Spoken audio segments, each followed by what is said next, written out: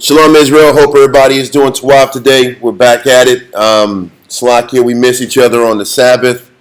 We were very extended that day and couldn't make it happen. Our apologies. But we're back at it today on Monday. And shout out Kyle Cobb and his congregation in Guatemala and the brothers and sisters that they teach from Cali all the way to from Atlanta, Slakia. Also, shout out SOW Virginia, Kazakia, and SOW Houston, Quatazop, and SOW Rochester, New York.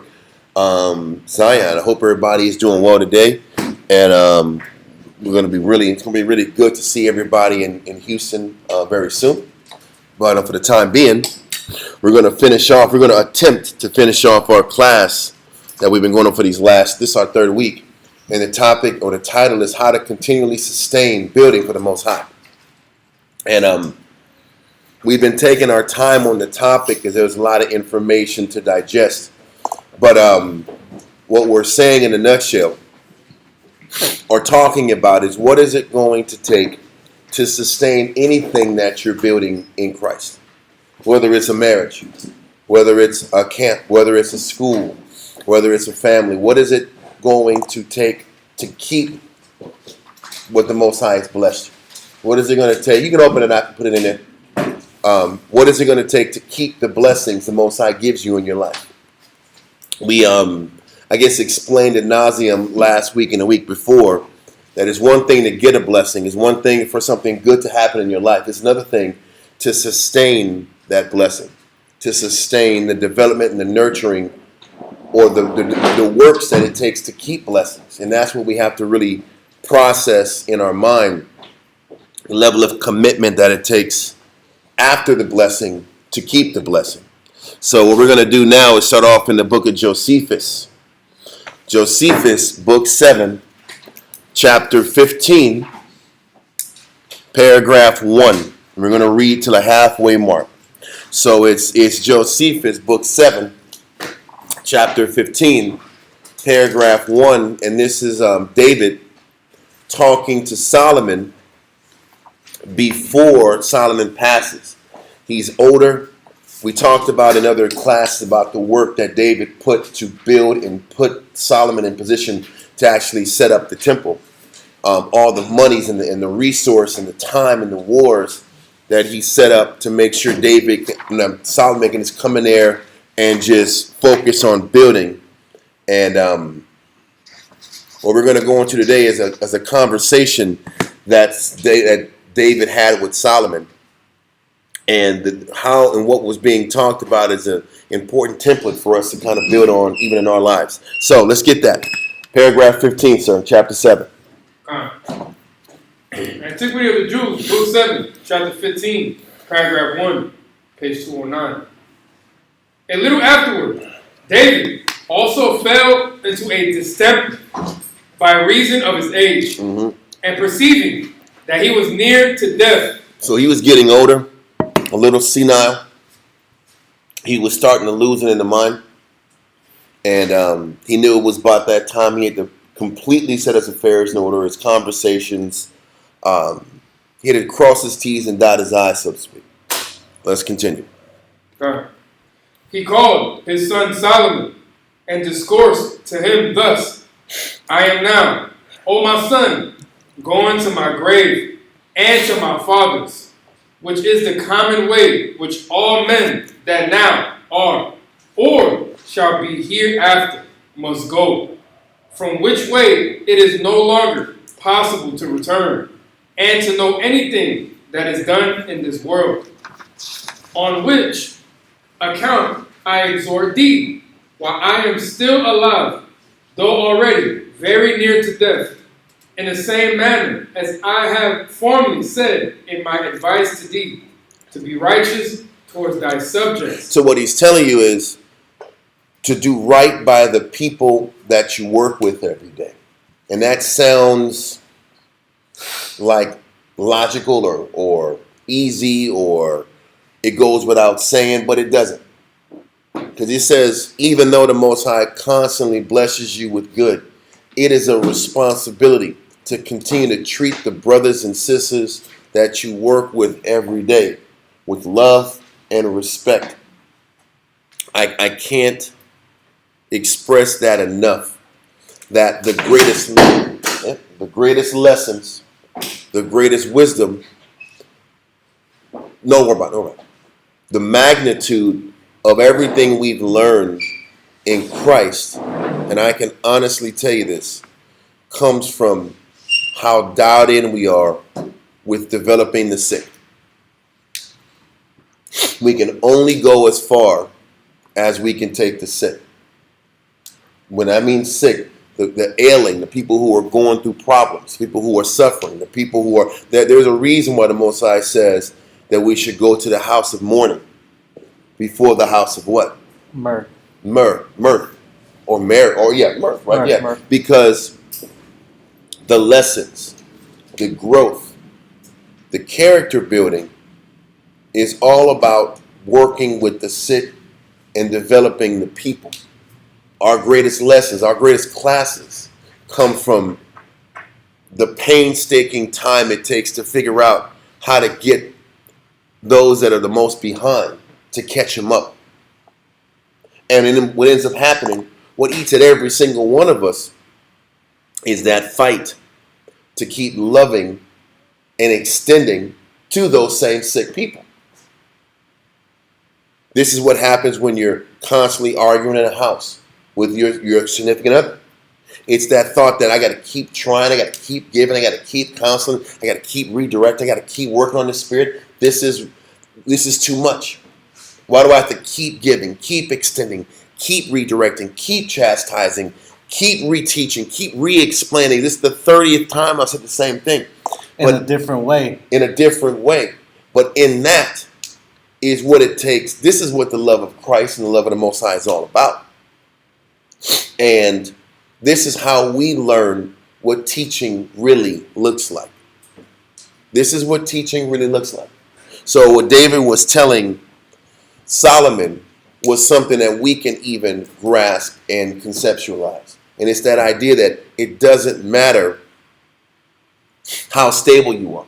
It doesn't matter if things are good or if things are bad. The answer to all problems is to go and work with the body and to figure out what the body needs to operate at a faster, greater pace. If the totals are low, it's about the body. If we're doing well, it's about the body. It's always about developing the body. And even whether it's in a camp situation or when David is talking to Solomon on running a kingdom, you can sit back here and be the richest, most steady empire on earth. If you don't make it about the people, the Most High is going to take away that blessing that He gave you. And that's the responsibility we must uphold in doing this work. And for someone that's going to be a king and has subjects that he's responsible for, he can't see all of those people. A lot of those people are out of sight, out of mind.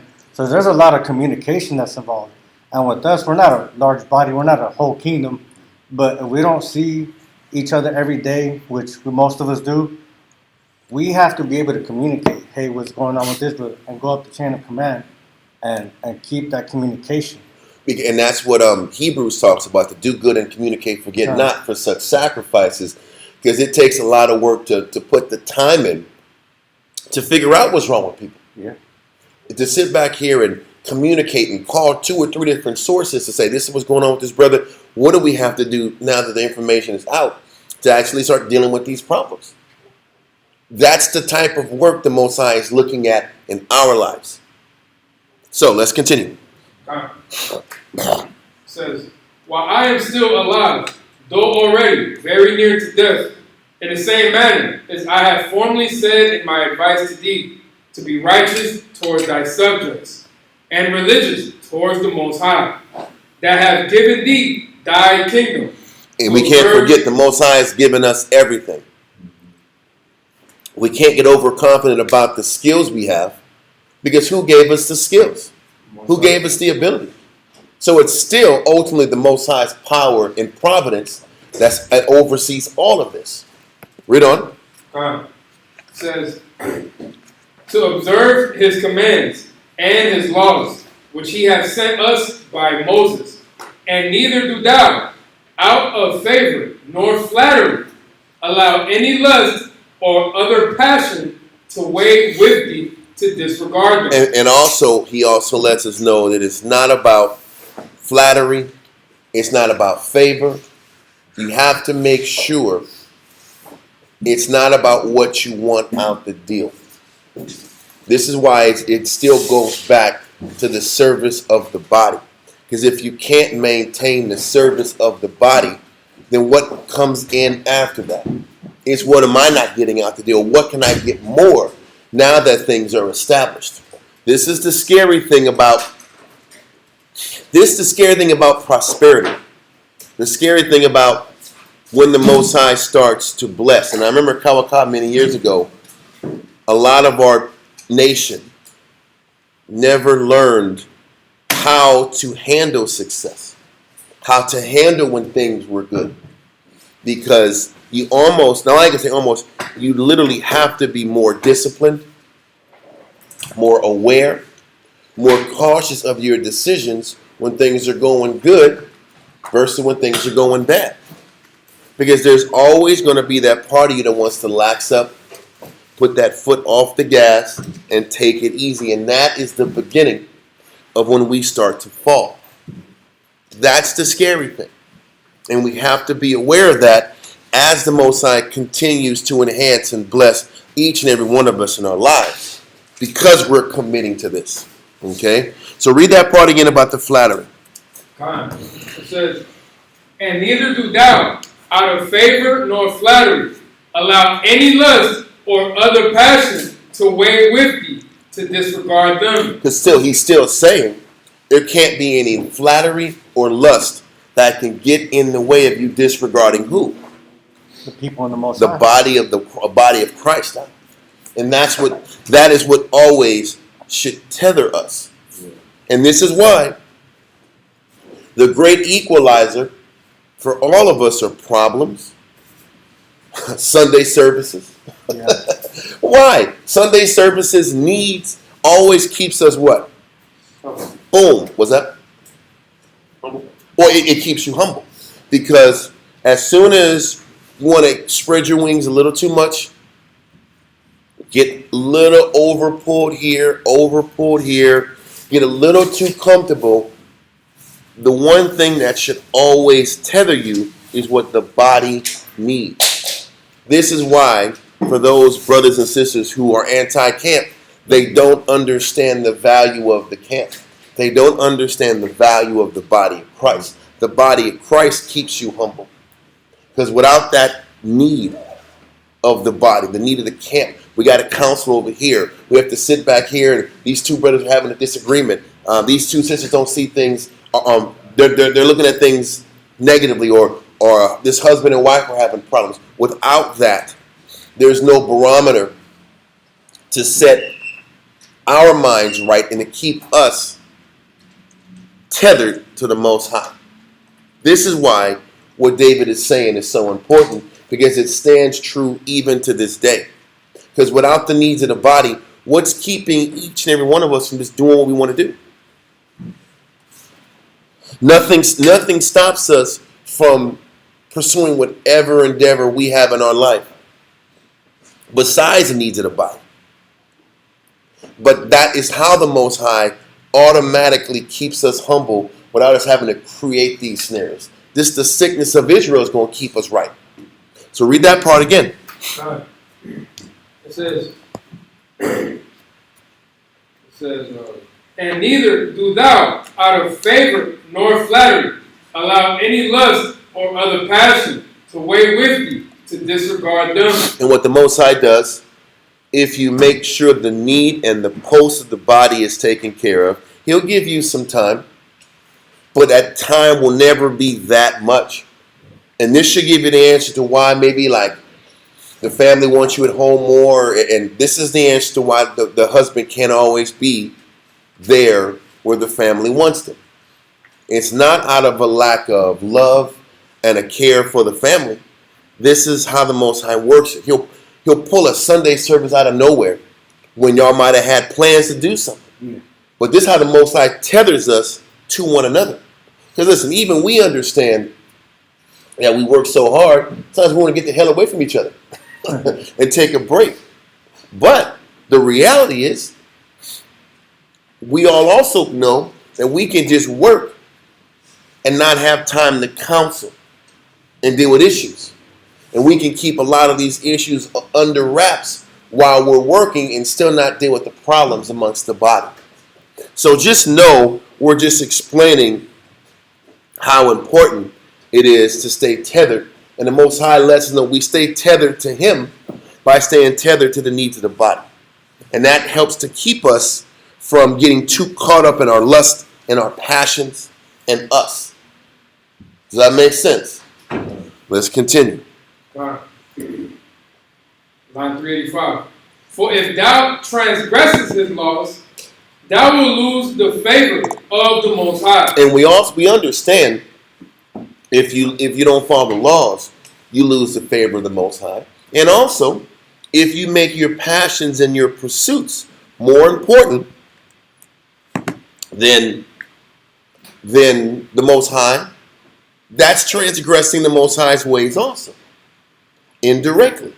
He's letting us know that it's not just the fact that you have to keep the laws. You have to keep the laws, and you have to make sure those passions are tethered and under control to make sure that your passions don't get in the way of what the body needs. It's that too. And only really one of those set of laws is you can do it by yourself, which is the dietary law. Everything else, you have to do it amongst people. Moral, civil, ceremonial laws. Yep. Mm-hmm.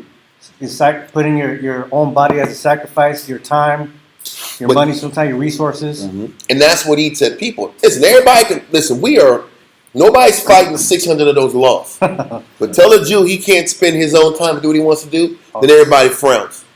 Well, right or wrong? Yeah. When you start sitting back here and saying, hey, we got to sit back here and volunteer our time for the hell of it. You got voluntold. You got voluntold. We have councils. The council's supposed to last 2 hours, and it just eats up your entire damn Sunday out. It starts at 9, and you don't get out here till it's nighttime. And you sit around like, bro. And for those who understand councils, it's more exhausting than lifting bricks. You can lift bricks all day and feel less zapped than counseling with some of the things we're counseling about. But those sacrifices is what the Most High is watching and looking at to determine if what you're building is valuable to you. And what, sisters, just so y'all understand, if we don't make that priority, then our home won't be taken care of. And that's what sisters have to understand. If we don't make these sacrifices and make sure that the work comes first and the body comes first and the program comes first, then all of a sudden we're telling the Most High our passions are more important. So when the Most High starts attacking our passions, then it's almost like we have to make the body our number one priority just to protect our family and our home life. And if we can understand that process, we'll be in a lot better position. But let's continue. It says, for if thou transgressest his laws, thou will lose the favor of the Most High, and thou will turn away his providence from thee in all things. And this is the importance. We're trying to keep the Most High's providence with us in all things. What does that mean? The obtaining or keeping the Most High's providence on us. Because that is why we're fighting every day. That's why we work on our thoughts. That's why we study. That's why we do everything, is to ensure that the Most High is keeping that light of protection on us and our family. And this is, we talk about it, but we don't kind of go into it like informational wise. This is how we can assure that the family is stable. I can't count on my hands how many times I've dealt with brothers whose children have been in the hospitals, whose wives have been in the hospitals, who've had all kind of different surgeries and traumatic events going on with their family. And all a brother has in the work is what he's put in. All you got. We can sit back here and act like being there is going to change things. But all we got is, have we committed our life to this work? Has the Most High been the apple of your eye? Has the body been the most important thing in your life? Has it been the Most High, the camp, the body, and then yourself and your life? If that is your priority, then you can stay strong. Just for sisters who don't know, this is why your husband might not be at the house a lot. This is why the time delegation is as unbalanced as it feels. Because this is how we ensure the Most High's providence on us, on the ones that we love. And this is why when you feel that tug in your heart about wanting to be at home and that you want to sit back and spend more time with the family, when those heartstrings kind of get pulled, now we have a better understanding why we have to accept that process. Because our sacrifice, our loss ensures the family's stability, spiritual stability. And that's what we have to keep reminding ourselves when we lose time. Because the thinking is, I was sitting back here going through 5 years of a campaign. Now it's going to be campaigns forever? Every damn Sunday is a Sunday service? The answer is no. Not necessarily every Sunday. No, it comes in waves. And that's how you have to look at it. It comes in waves. Sometimes there's peace, and then sometimes you can forget. But that process is how the Most High keeps you humble. And even with sisters, when we start ramping up these processes and these gatherings and sewing and all this stuff, there's going to be a level of inconvenience there. But that process of being inconvenienced is how we show the Most High, hey, if I really want the Most High to bless my household, I have to be in the spirit. I have to make sure the body is first, the camp is first, the needs of everyone comes before me, and that ensures the Most High's providence in my life. On top of obviously following the laws. And like how you're mentioning, like with the husbands and the wives are like, well, you're never home. Oh, that's how you feel. But the truth and reality is he's busy, and you know who he's with. He's with the brothers. He's working, and because we're busy. But we're busy for what reason? To protect the family. Keep that hedge. And this is how we show the Most High that the Most High is important. We show our wives and our family that the Most High is important by our sacrifice. But let's continue. It says, thou will lose the favor of the Most High, and thou will turn away his providence from thee in all things. But if thou behave thyself so as it behooves thee, and as I exhort thee, thou wilt preserve our kingdom to our family, and no other house will bear rule over the Hebrews, for we ourselves for all ages. And this is there. You got to understand. There's a pressure. There is an underlying pressure that David was saying to Solomon. He said, "Listen, man, if you can keep your discipline and control those passions and make sure the body comes before what you want, then the leadership can stay in our family." And our family can stay protected. But this is our thinking also. If we fight our battle, put the body first, that is what ensures our family's stability. This is what protects us from accidents happening to our children, accidents happening with our wives, and even ourselves. This is how we protect them. Yes, my woman. That's how Noah protected his family. He put the Most High first and ended up preserving his family from the destruction of the flood. And those two lessons are reminders about why we always put ourselves last. Why we aren't rarely at home. Why we can't sit back here and just mimic worldly families and worldly households. This is the understanding why. Yes, Al. Right, this me and this camp kind of push in a bubble. I think sometimes we forget what it was like without that protection. Well, it's the truth. But that bubble is a good bubble. And you ain't going nowhere bubble.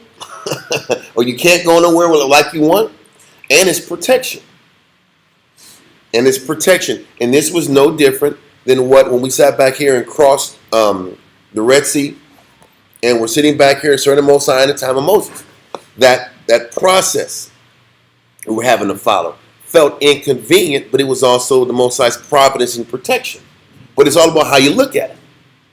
Is it this uncomfortable, controlling process, or is this the Most High showing His love? So, continue. No, I think we're done with that.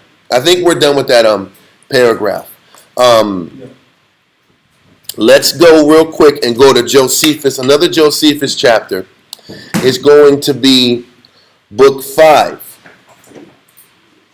Matter of fact, before we go there, so this was, go to Matthew 24 and 13. Go to Matthew 24 and 13. We'll start there.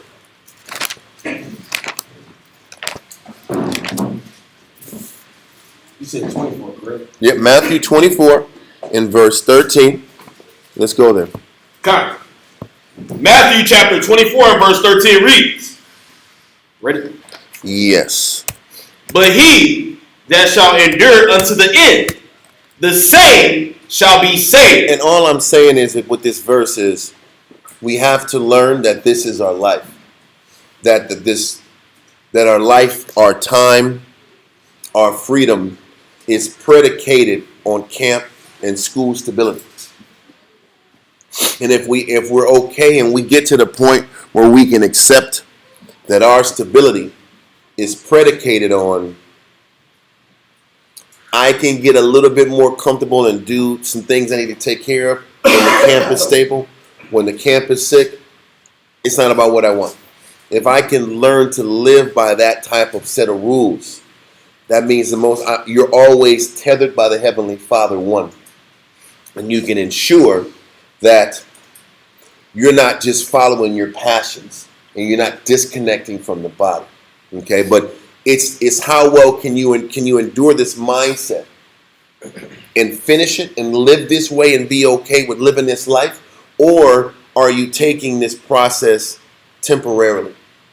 A lot of us have problems embracing living this life for the rest of our life, living this priority-based life for the rest of our life. A lot of us want to sit back here and work hard for a point or to a period of time and then relax, break free, and then do the things that you want to do. That's when things get scary.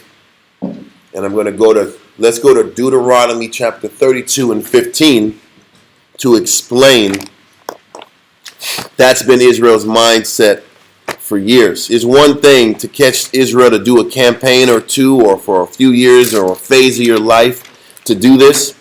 But when that expectation kicks in and you look at yourself and say, damn, can I do this for the rest of my life? That's when Israel starts to glitch. They start to stress out and get uncomfortable about their circumstances. But let's read that. Deuteronomy chapter 32, verse 15. But Jeshurun waxed fat and kicked. Well, listen, Jeshurun is Israel. Jeshurun means upright ones. And this is Moses reminding Israel that when what's about to happen to us, we hadn't even gotten into Canaan yet. But Moses is already explaining what we're about to do. He kept saying in Deuteronomy how we were going to utterly corrupt ourselves. What he's saying here is once Israel gets comfortable and they get what they want out the deal, once we get what we want or get what we shot out to do, then all of a sudden we start to kick. And kick means thrust out with violence, anger, or contempt / opposition. What we have to be aware of, once Israel gets to school, once Israel gets blessed, once Israel gets ribs and families and stability, our nature is to kick and oppose and to thrust out. Well, what does that mean, to thrust out? How would we thrust out anything? We'll just start getting tired of what we do every day. What we have to understand, What the Most High is trying to see in each and every one of us is, whether you're up, whether you're down, is this the only thing that matters? Whether you're up, whether you're down, is given to the body and being a living sacrifice the only thing that matters, because that's what the Most High is looking at us, and that is the only way we can ensure the Most High's continued providence. The problem with us is we try to trick the Most High. We try to turn it on and turn it off. Turn it on and turn it off. Turn off the enthusiasm. Turn on the purpose. Turn on the intensity. Turn on the will. And then put the foot off the gas. And tell ourselves we've done it for a long time. We've done it for a few years. Now it's time for me. It's never time for you. You know when you realize it's time for you? Is when the body doesn't need it. That's when it's time for you. And that's how we have to program our mind if we want sustainability. And that's what we're talking about. Sustaining, building for the Most High. Yeah, we always want to find that balance, but the thing of that is that we always have to, instead of looking for that balance, we got to look for how we're going to adjust. That's where you can find the balance in the adjustments.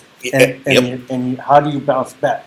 And because the balance is just in accepting the pace and the tone that the Most High has set for us. That's the balance.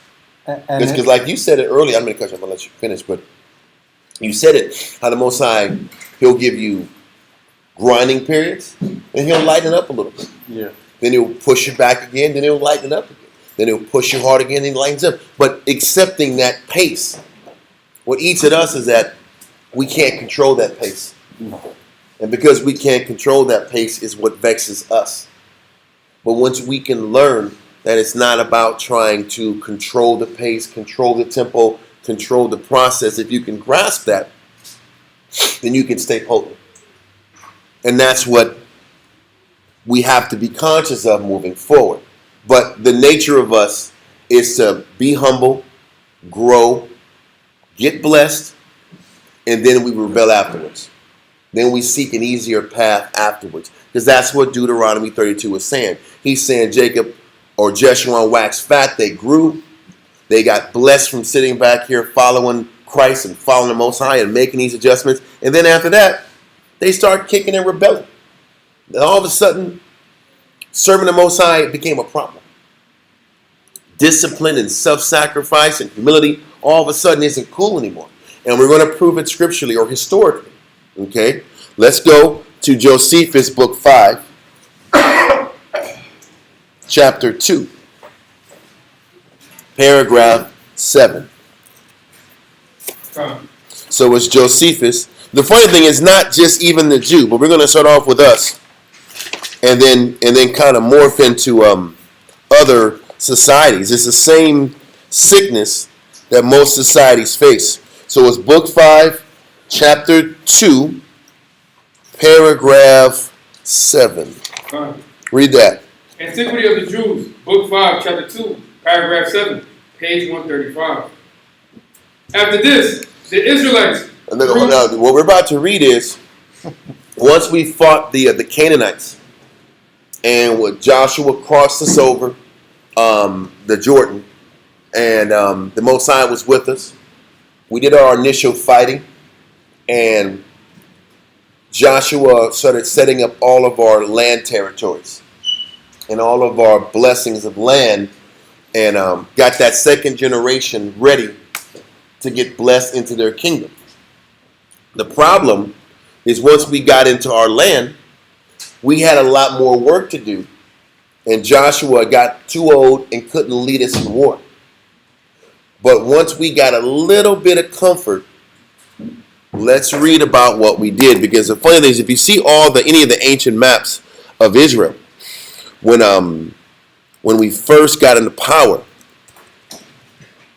man, we hadn't taken out the Canaanite territory, and we've been sitting back here, had all of this land that was unconquered that we just didn't finish and fight.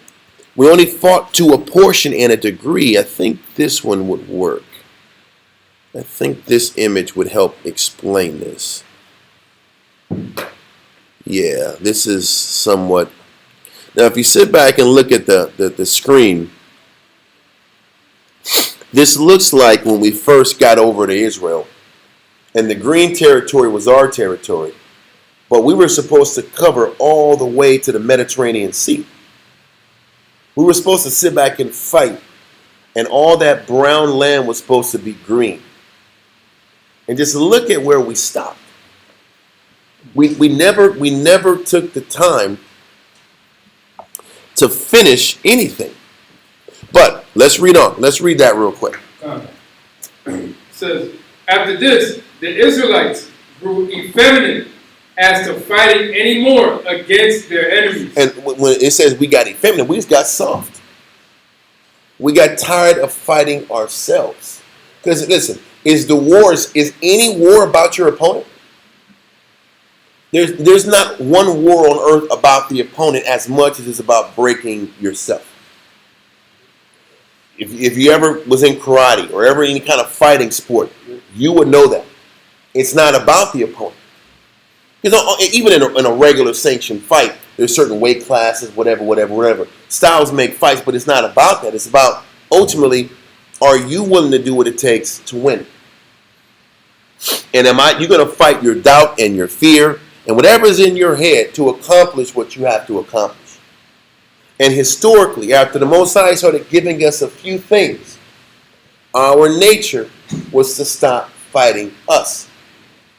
And this image that you see on the screen is a microcosm of our spirit. It's a microcosm of the things that we constantly avoid in our life. How many of us maybe might learn to study a little bit, but we don't really learn how to communicate properly? Or we've learned how to sit back here and listen, but we really don't check our thoughts. We learn how to sit back here and go through the motions to please our husband, but we really don't see the good in it. We really haven't learned to value his advice. There's so many things in us, if we were honest, we're just as guilty as Israel was in the book of Joshua. We get effeminate and we get tired of fighting ourselves. And what's the number one reason why we get tired of fighting ourselves? What do we tell ourselves? I've already been fighting. It's time to what? It's time to hang it up. It's time, or it's time for me to enjoy my life. It's time for me to enjoy. What's that? I preach a stopping point. Or I'm good. Why do I got to do all this extra work? And isn't that us? Once you get the law, you got a little Bible smarts. You got a little, you got a little Bible utterance. Bible pizzazz. Right? little Bible pizzazz. You're able to sit back and I was with a camp, man. We did some things. But you know what? I'm good now. I'm good. But look at this picture and ask yourself, were we good when we made that determination? And when you go to war, you're going to war. What does that mean? You don't know the terrain. You don't know the elements. You don't know all these different things. It's the unknown. Mm-hmm. I just want to read the definition of feminine. It says, in a slothful peace, courage will effeminate. Brother, because the problem is this. So, why are people effeminate? Because they're slothful. Because they just don't want to fight. Look at this map again. Look at all the brown. I say that because the scripture says the righteous shall what? Scarcely be saved. Now, if the righteous shall scarcely be saved, do you think we have the luxury of letting all of these imperfections in us continue just to stay there without fighting it? We just read in Matthew 24 that he that endures to the end, the same shall be saved. While I'm enduring, what should I be doing this entire time that I'm enduring? Right. I'm fighting these things in me that I don't want to fight. To endure something, you got to be present, you got to participate. You can't be there physically and then clock out mentally. And then you're fighting things that you're not good at. That makes you uncomfortable. And this is what the nation stopped wanting to do as soon as some good happened in their lives. Israel just wanted to excel. But the Most High, if you're understanding how the Most High thinks, the Most High was angry that we just fought. It wasn't even for a year. We fought for a short period of time. We were awarded blessings, and we stopped wanting to fight. What we have to understand, that consciousness of fighting your passions, fighting getting comfortable, fighting going through the motions, has to be for the rest of your life. Studying, attacking your thoughts, living discipline has to be for the rest of your life if you're going to manage any of your sickness and overcome anything inside of you. And that's the key word, manage, because it's never going to really go away. Con. Your weakness is always going to be trying to fight to get position, because this is what life is about. Either you're going to be fighting that flesh, or that flesh is going to be winning and defeating that strength. This is why it almost can be exhausting fighting your thoughts. Have you ever experienced when you're really fighting? Is it not exhausting? When you're really not trying to give in to your weaknesses, it is exhausting. And if it ain't exhausting to you, it's because you're not really fighting hard enough. But read that again, that paragraph 7. It says, after this, the Israelites grew effeminate as to fighting any more against their enemies. That means they got tired of fighting themselves, fighting their courage, fighting their fears, fighting their complacency. There was a paragraph in which the Ephraimites, not knocking Ephraim, were complaining that they were a great nation and they should have got more land. And in Ephraim, first of all, Joshua was the head of all the damn nation. He was an Ephraimite. Joshua said, if you guys are so great and mighty, go and fight those giants right there, and you can get all the land you want. And then guess what happened? Guess what Ephraim said? Yeah. We good, G.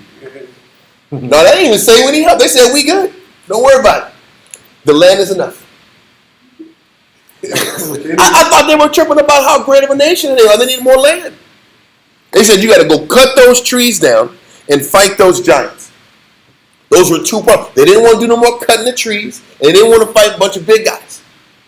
They don't want to be arborists. They don't want to be arborists, and they didn't want to sweat and cut trees, and they didn't want to sit back here and fight huge 6-finger people.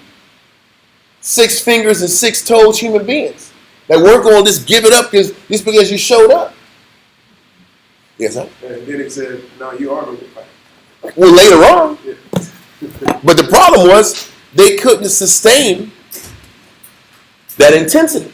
The nation couldn't sustain the intensity. Because you know why?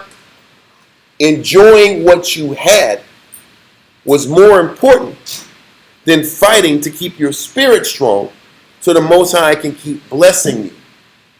And that's the exchange. We are so carnal that we stop our efforts for the initial reward to try to, quote unquote, how many people have to enjoy life? Enjoy life. Take a break. Stop and smell the flowers. That's cool. But if you don't keep fighting your battle, then maybe you don't have enough to get to the end. And a lot of people mentally can't accept that you're going to live under that mental strain until you die. Can we accept that? Can we accept that if you want to sit back here and be, I'm not going to say comfortable, but at least have a fighting chance at the end and say, hey, I did everything I could.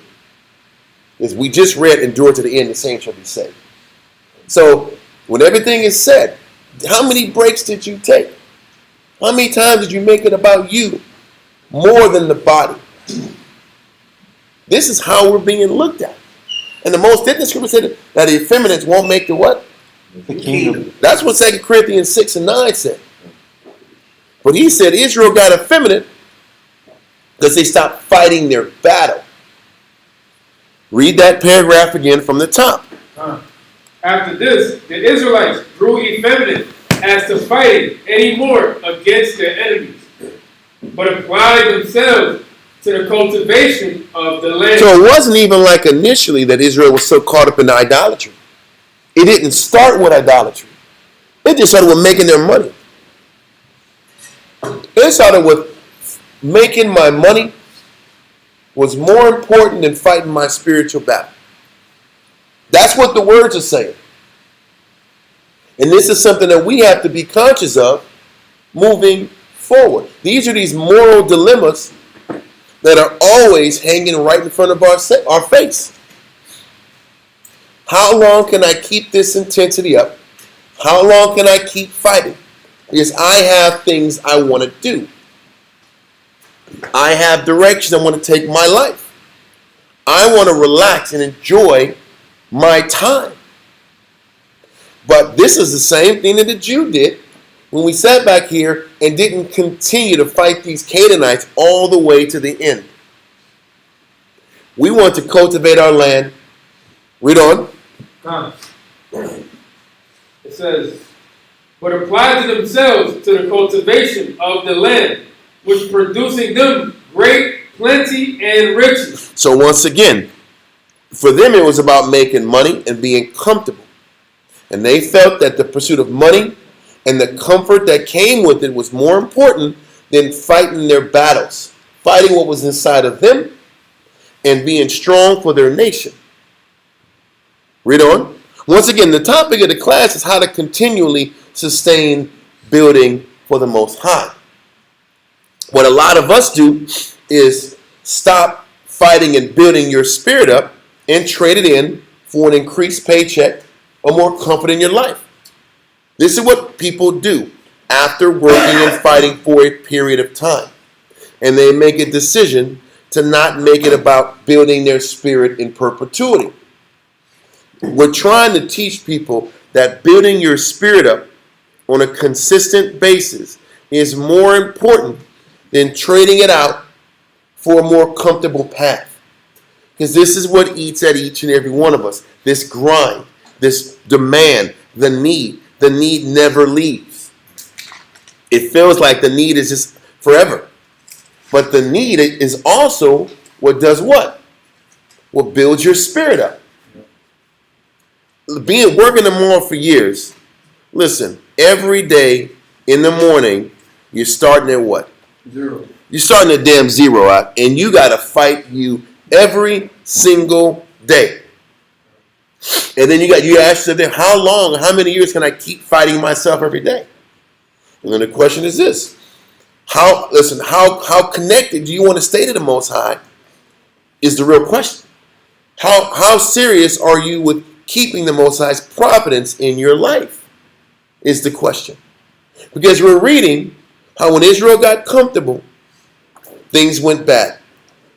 That's what we're reading. When we pursue, we're going to read about what happens next. But when we started pursuing our comfort, we were becoming effeminate. Read on. It says, they neglected the regular disposition of their settlement and indulged themselves in luxury and pleasure. He says they neglected the regular disposition. It's that mentality they were supposed to have to keep anything. There is a mindset, there's a spiritual mindset that you have to have if you want the Most High to keep blessing you. There is a level of effort and intensity that you have to keep in yourself if you want the Most High to keep blessing you. What they did, they got comfortable and they gave up that mindset and that seriousness that you have to stay on top of your spirit, that discipline, that selflessness that you have to stay connected with the Most High. Yeah, because like the song says, the ladies love luxury. You know, so there's men that roll like ladies too. Oh yeah. I'm just being honest with you. There's a lot of ladylike brothers out there that want to sit back and they're looking for comfort. I'm not knocking nobody. The scripture called us effeminate. And we're effeminate when our comfort is more important than the work. You want to take off your shoes, relax your feet, and just kick it. And the reality, there's a time and place for that. But the needs of the body has to dictate that. That's all I'm saying. The needs of the body dictates that comfort. Continue. Because the thing is this, if in order for them to have won these wars, they would have to sat back and said, okay, as a nation, we're going to have to keep fighting these countries and keep pushing west. That means the Reuben and Manasseh and Gad on the east of Jordan would have to crossed over and kept fighting. Everybody would have had to keep fighting. And that would have kept everybody uncomfortable. And so instead of sitting back here and choosing that path, they just said, everybody slow down and relax, go home and make your money, man. But let's continue. They neglected the regular disposition of their settlement and indulged themselves in luxury and pleasures. Nor were they any longer careful to hear the laws that belong to their political government. What people don't understand is that if there's not something, if the body isn't tethering you and the needs of the body isn't tethering you, and this is from experience, you like to tell yourself, you know what, the needs of the body isn't tethering me, but I can go just follow the law and I'll be okay. What people don't understand is when you start to just choose comfort, when you choose pleasing or going the paths that's the most comfortable, the easiest path to take, when you start practicing taking the easiest path, it ends up trickling down that you end up breaking the law anyway.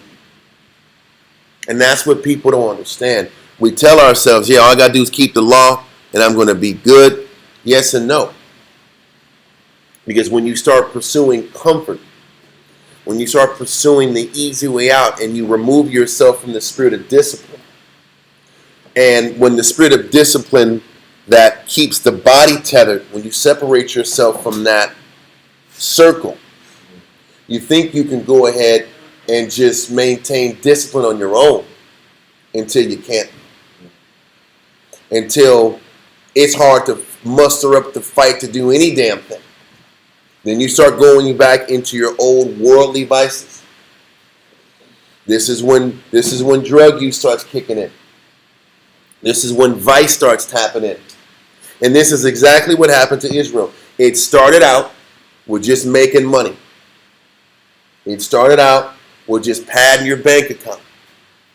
And then separating yourself from being tethered by what the body needed. Because that was what everybody was supposed to say, listen, it's not about what we want, it's about what the body needs. Dan is really close to Canaan, and these Philistines are going to be putting it on him. We have to fight these damn Canaanites, these Philistines. We need everybody to come down and fight. If that's not like a camp need, I don't know any other way to explain it. The needs of the body are always pulling and nudging on the nation. The nation didn't want to sit back here and be governed by the needs of the body. So everybody just decided to go for theirs. And it started off cool. Because everybody was keeping the laws, but everybody was being individuals. But then it started to deteriorate and go beyond just making my money and sticking to myself. And then it got progressively worse to now you're losing discipline in every other form of your life. Because all of a sudden, I don't think you guys get it. The pursuit of pleasure is always in the back of your head. If you don't nurture discipline, you're nurturing what? Pleasure, right? It's one way or the other. It's the pendulum is going to be going towards comfort and ease, or it's going to be about maintaining discipline. And that pull and that restraint that the body keeps tethering you to, as inconvenient as it is saving us. The needs of the body saves us from our own self-destruction. Just like the needs of the nation saves us from our own deterioration. That's what we don't grasp when you're constantly tethered like you know we're tethered. And that flesh is always desiring to be unhinged and to detach and be free. But once you get free, once you get comfortable, what ends up happening is you start slowly deteriorating in other arenas. Now we're reading about the Jews. All of a sudden, the laws aren't important no more. Initially, it was about this, I'm making my money, but I'm following the law. Then all of a sudden, I'm making my money, and I'm starting to make mistakes and sin. I'm starting to intermarry with the Canaanites. Read it. Let's go. Psalm 133. Whereupon the Most High was provoked to anger and put them in mind. First, how, contrary to his directions, they have spared the Canaanites. And after that, how those Canaanites, as opportunity served, used them. No, I want you to go, nor were they any longer careful.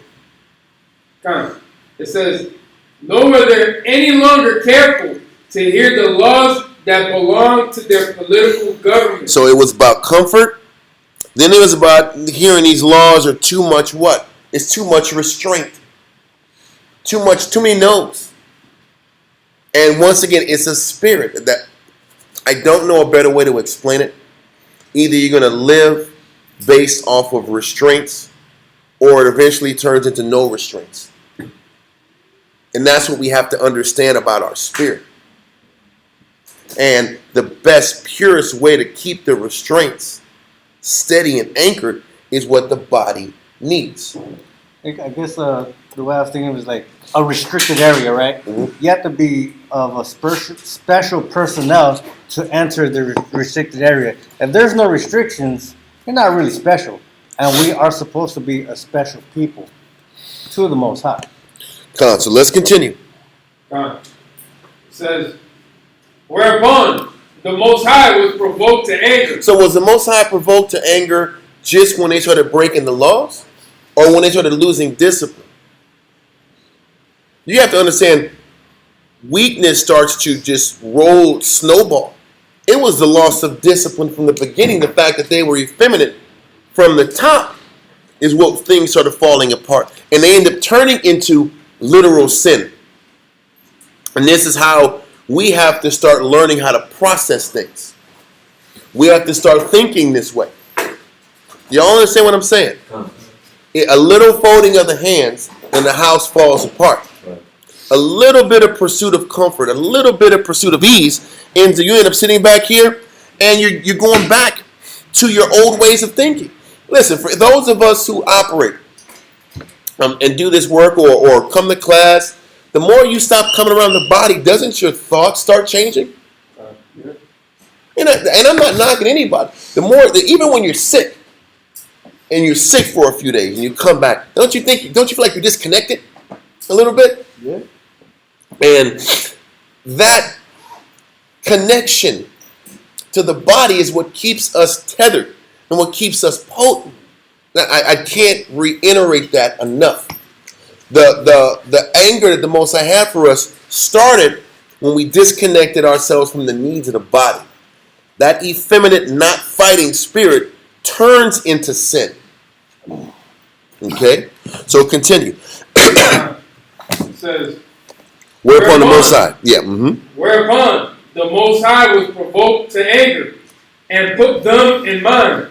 First, how, contrary to his directions, they have spared the Canaanites. And after that, how those Canaanites, as opportunity served, used them very barbarously.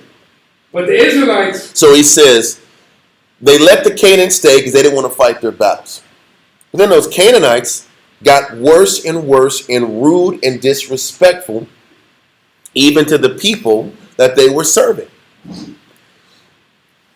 The Most High is using the Canaanites and the negative that's in them to mirror the negative in us. I don't think we are aware. If you have the verse, let me know. But there's a verse that talks about when an unclean spirit leaves a man. Please go there, because it talks about how this unclean spirit or this unclean way of looking at things is, we push it out, we eradicate it. Let's go there. Because this is important because it explains the Canaanite situation that we're reading about now. Where are we at again, correct? Matthew 12, verse 43. Let's do this. 43 down to what? 45. Okay. And this is important because I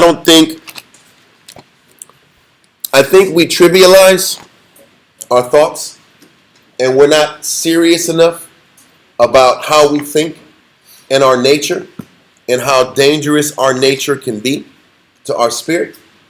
And because I don't think we are conscious of how that negative in us is fighting for control every single day, our ego, our pride, our slothfulness is literally fighting for survival. And I don't think the spiritual side of us is conscious of how hard we have to fight to maintain residence in our minds and in our bodies. If we were, we'd understand this battle between the Canaanites and the Israelites in their land. It's the same concept. Go to Matthew 12 and 43. Salaki. Read that, Quran. Matthew chapter 12, verse 43. When an unclean spirit is gone out of a man, he walketh through dry places, seeking rest, and findeth none. Thus he saith, I will return into my house, from whence I came out. And when he is come, he findeth it empty, swept, and garnished. So when this unclean spirit wants to come back, the thing is this, the unclean spirit in you always wants to come back. It always wants residence back in your life, in your mind. Read on. God. Then goeth he, and taketh with himself 7 other spirits, more wicked than himself, and they enter in and dwell there. And the last state of that man is worse than the first. Even so that shall it be also unto this wicked generation. Because this wicked generation doesn't understand that everything you do, you're choosing to fight your thoughts or you're giving into your thoughts. Everything is a war. Everything in life is war. And if everything in life is spiritual war, then everything is about fighting for position. For position, space. Even when we look at the war of Ukraine, what is it about? It's about territory and land and conquering one space at a time to get to conquer more space and more space and more space. So the more Israel got into their land, I don't have a bunch of maps on tap. I didn't think the class was going this way.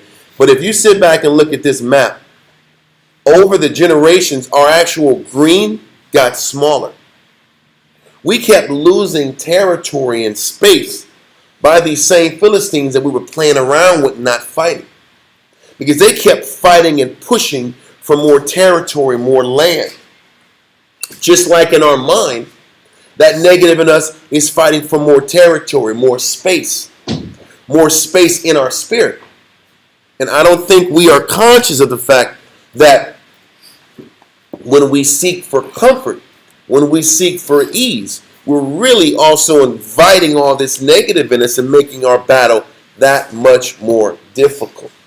In the same way that Israel was effeminate backhand about our money, and then as we were going for our money, then we started sitting back here and looking up, and all of a sudden the law wasn't as serious.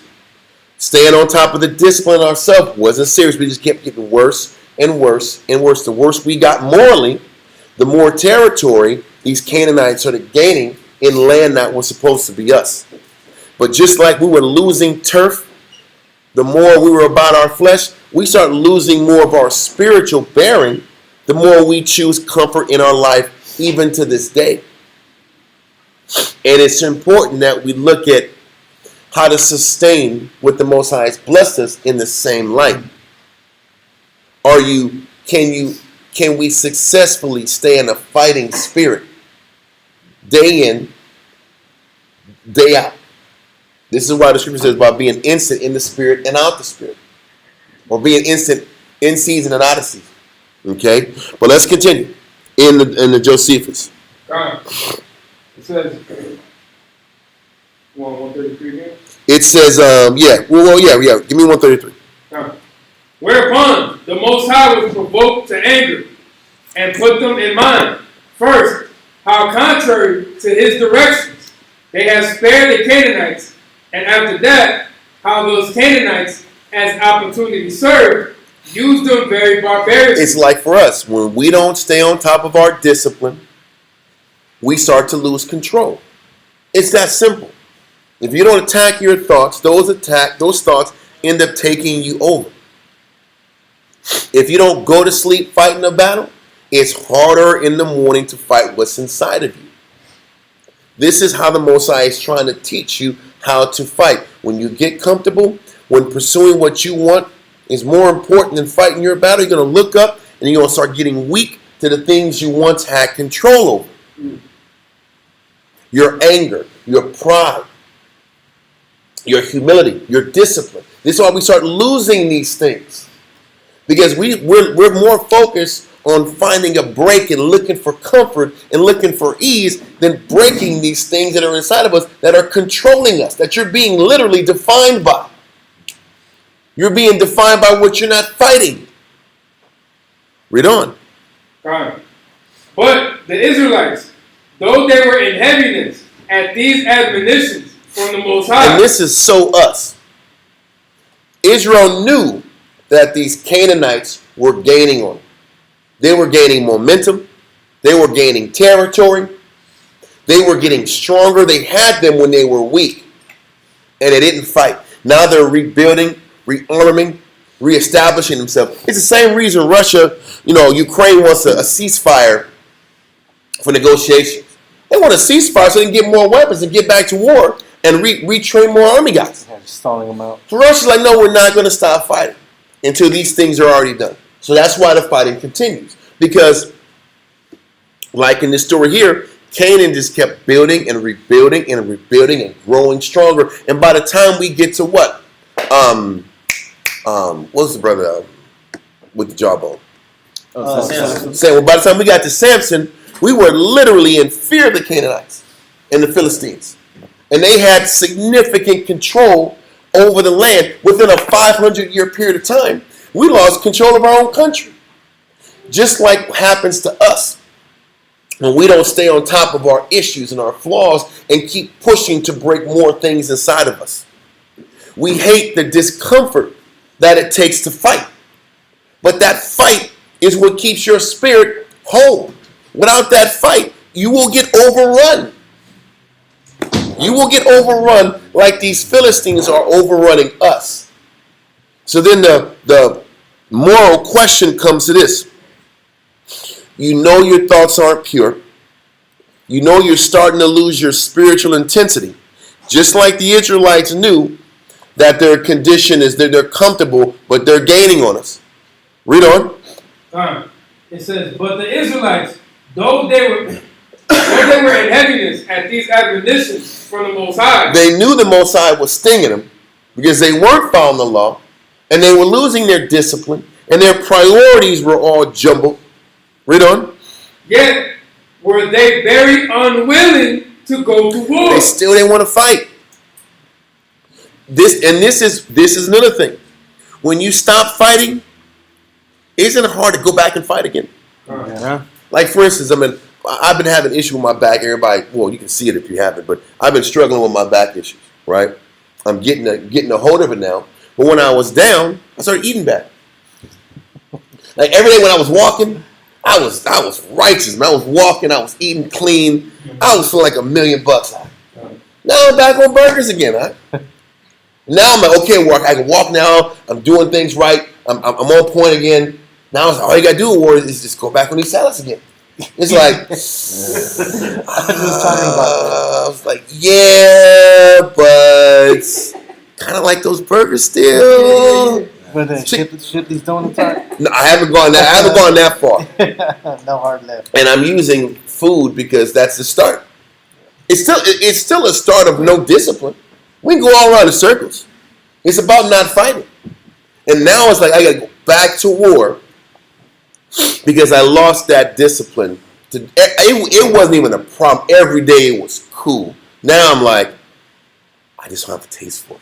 Now I start saying I don't have a taste for it now, and it's got to be the right day and the right situation. But this is how sin happens. This is how, if you don't just stay on top and discipline yourself every day, then all of a sudden doing the things that literally save your life becomes a task. People want to focus so much on the law. I didn't break the law yet, but it starts with a lack of discipline. And that lack of discipline just keeps feeding and growing and growing and growing. And then you know that you're in bad habits and you still don't change it. Then you look like you just keep making more mistakes after mistakes after mistakes. This is why everything, food choices, staying on top of your chores and responsibilities and studying, everything's a battle. But we don't like the fact that your whole life is going to be a battle. That's what people don't like. People are always looking for a break and a time to relax, but a little folding of the hands, a little slumber to sleep is when things start to fall apart.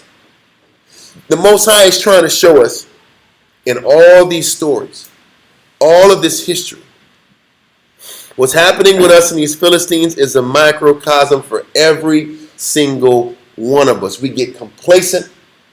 We get comfortable. We have good in our life. Now we want to take it easy. Yeah, there's problems. But we don't stand on top and attacking these problems as the only thing that matters every day. Because it takes an intensity that, in our mind, you can't really live your life and be this intense. If we're going to be honest, a lot of us don't want to live with this level of discipline and focus, because this is what it takes to sustain the good in your life. There's a level of studying that you got to put into. Then for me, it's about popping herb pills and teas and powders. Tea preps and powders and drinks in the morning, pre-workouts, get home, more prep, eating the hell out of eggs and yogurt and all kind of disciplined foods. It's nothing fun. Everything's regimented. Everything is like this. They're like, how can you live when everything's like this? Am I explaining something that's foreign to us? But if you don't live like this, all of a sudden you say, I'm sick. I'm sick. I don't know why I'm so sick. You're sick because you're not living regimen. But in your mind, you can't live if you're living regimen. You see that? How can you live if everything is regimen? The regimen is how you stay alive. And that's having your ducks in a row. But your ducks in a row sucks. Because it's work all damn day. You either busting your toe to prep for these damn ducks you're talking about, or it's the execution of having to do all of this work just to keep your spirit afloat. And that's what eats at people. Because why can't I just relax and enjoy my life? Then you're at the hospital, oh man, I was just living my life. There's a consequence to that. Or you're back smoking weed and doing drugs. I just wanted to relax a little bit. This is what happens. Then you got drama back in your life. Then you're arguing with your husband. I was just relaxing. This is what happens. Then listen, all I'm trying to explain is the level of intensity and a fighting spirit that is needed to stay on top of your life. And can you live with that level of intensity for the rest of your life? And can you accept this is the cost of doing business? If you want the Most High to keep sustaining what He's given you so far.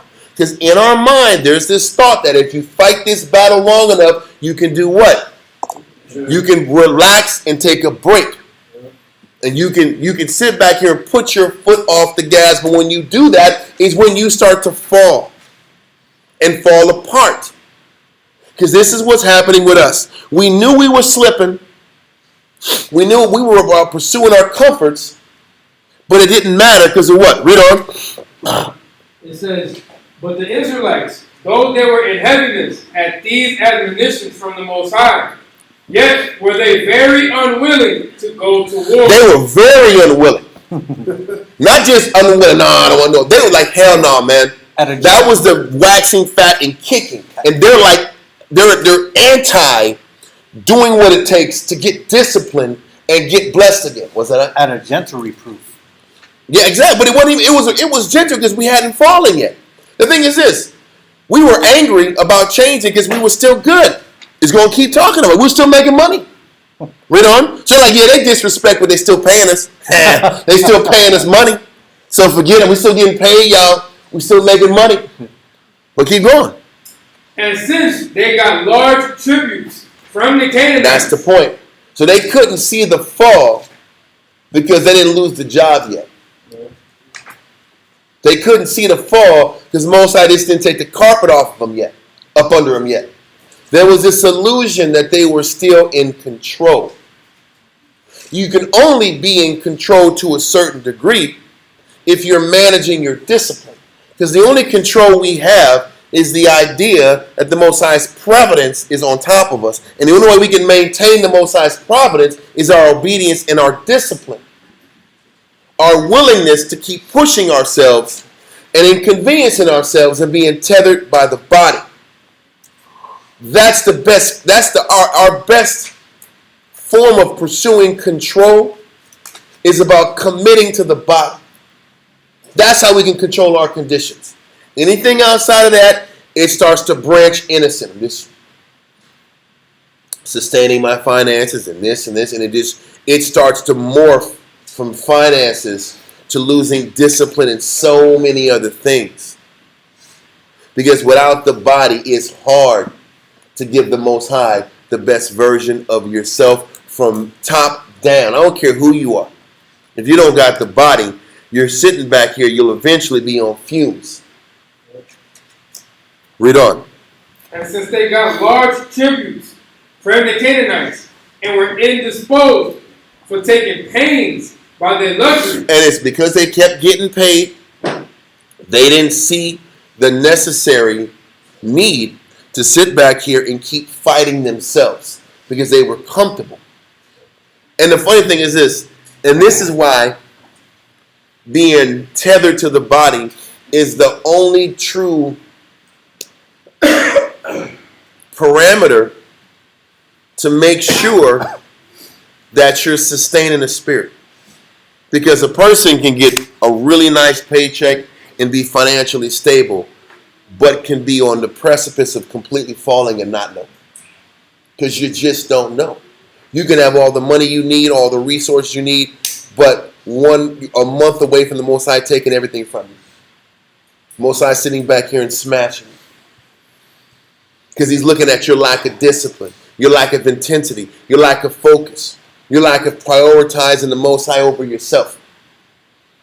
You can't see that because everything is comfortable. And this is what's happening. They're getting tribute. They have their harvest.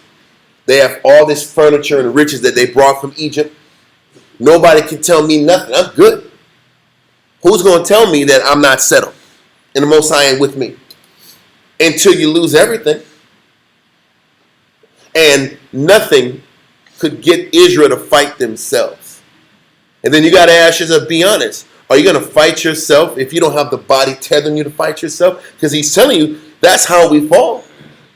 We fall because we can't find it in us. We can't find it in us to fight us, to break ourselves.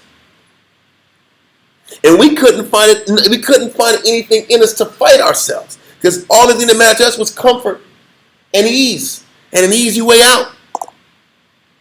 This is why the Most High, just so we can understand, this is why the Most High makes our life uncomfortable. This is why he always creates these extreme events in the body to tether us, to keep us fighting. That's how he communicates with us. When all these things are happening, the Most High is trying to say, hey, stay focused. Stay focused. I need you here. I need you here. I need your focus here. That's why I'm trying to say the body is the perfect way of keeping that antenna, keeping us tethered to the Heavenly Father. Because money, ease, comfort, stability can be a trap. It can be a trap. I'm not saying it's wicked to have anything. That's not what I'm saying. What I'm saying is your comfort and your stability can take away your discipline. Because how many of us are going to be as intense and disciplined as needed when everything around us is comfortable? That's a real question. Read on. It says, they suffered their aristocracy to be corrupted also, and did not ordain themselves a senate. They didn't have a senate. They didn't have a senate because they didn't feel the need to. Why? Because it was a spirit of selfishness amongst the nation. Why have a senate when everybody's sitting back have to come together and decide on things and sacrifice their time? Nobody want to do that. Nobody wants to come out of themselves. And I'm telling you, if there's no demand, everybody will just do them. And that's the scary thing. There has to be a need, something that bonds us and brings us together, because without it, we'll all just be on our own islands doing ourselves, doing us. And the Most High will start stinging us. He's letting us know this chapter is explaining our nature. If a catastrophe ain't happening, nobody's going to step up and fight. Most High knows our nature. I can't give Israel too much, because if you give Israel too much, they're not going to fight for one another. Give them an inch, they'll take them out. And take for themselves personally. And they're not going to fight for anybody. Hopefully, this gives us clarity as to why the Most High tethers us the way He tethers us. Because He knows how we think. And our nature is to take it easy and just do us. Just like we were doing us here. Not caring that if we were supposed to sit back. If we really gave a damn about our children, we would have fought all the way to the end so the threat was over permanently. Us not fighting back then caused for 500 plus years, or 1,000, matter of fact, it was 1,000 years of just pain and suffering. Because we just didn't finish the battle we were supposed to finish. And that would have meant, even if it would have meant a lifetime worth of fighting, would it have been worth it for the next generation? Think about that. Our people are selfish. What was that? I said our people are Well, selfish. that's my point. Listen, if we would have gave that generation that crossover with Joshua, they just would have said, you guys got to give your life and just go to war for the rest of your life so that your children can be sustained. They didn't want to do it. Because what about my life? This came from Egypt. What about my life? I've been suffering. I already gave up X amount of years. It's time for me. Isn't that Israel's complaint now? Yeah. When is it going to be my time to take a break and enjoy my life? When am I going to get a chance to do what things that I want to do? And when we start taking that mindset, that ease, that desire for ease continues to grow and fester. Then we start to deteriorate inside and we fall back into our lesser nature. Because our strength and our spiritual nature is predicated on fighting for the needs of others. This class ties into a campaign class. It gives a lot of answers as to why we have to live the life we have to live. Why we have to live so disciplined. Why we have to live so selflessly. Why it can't be a perceived break.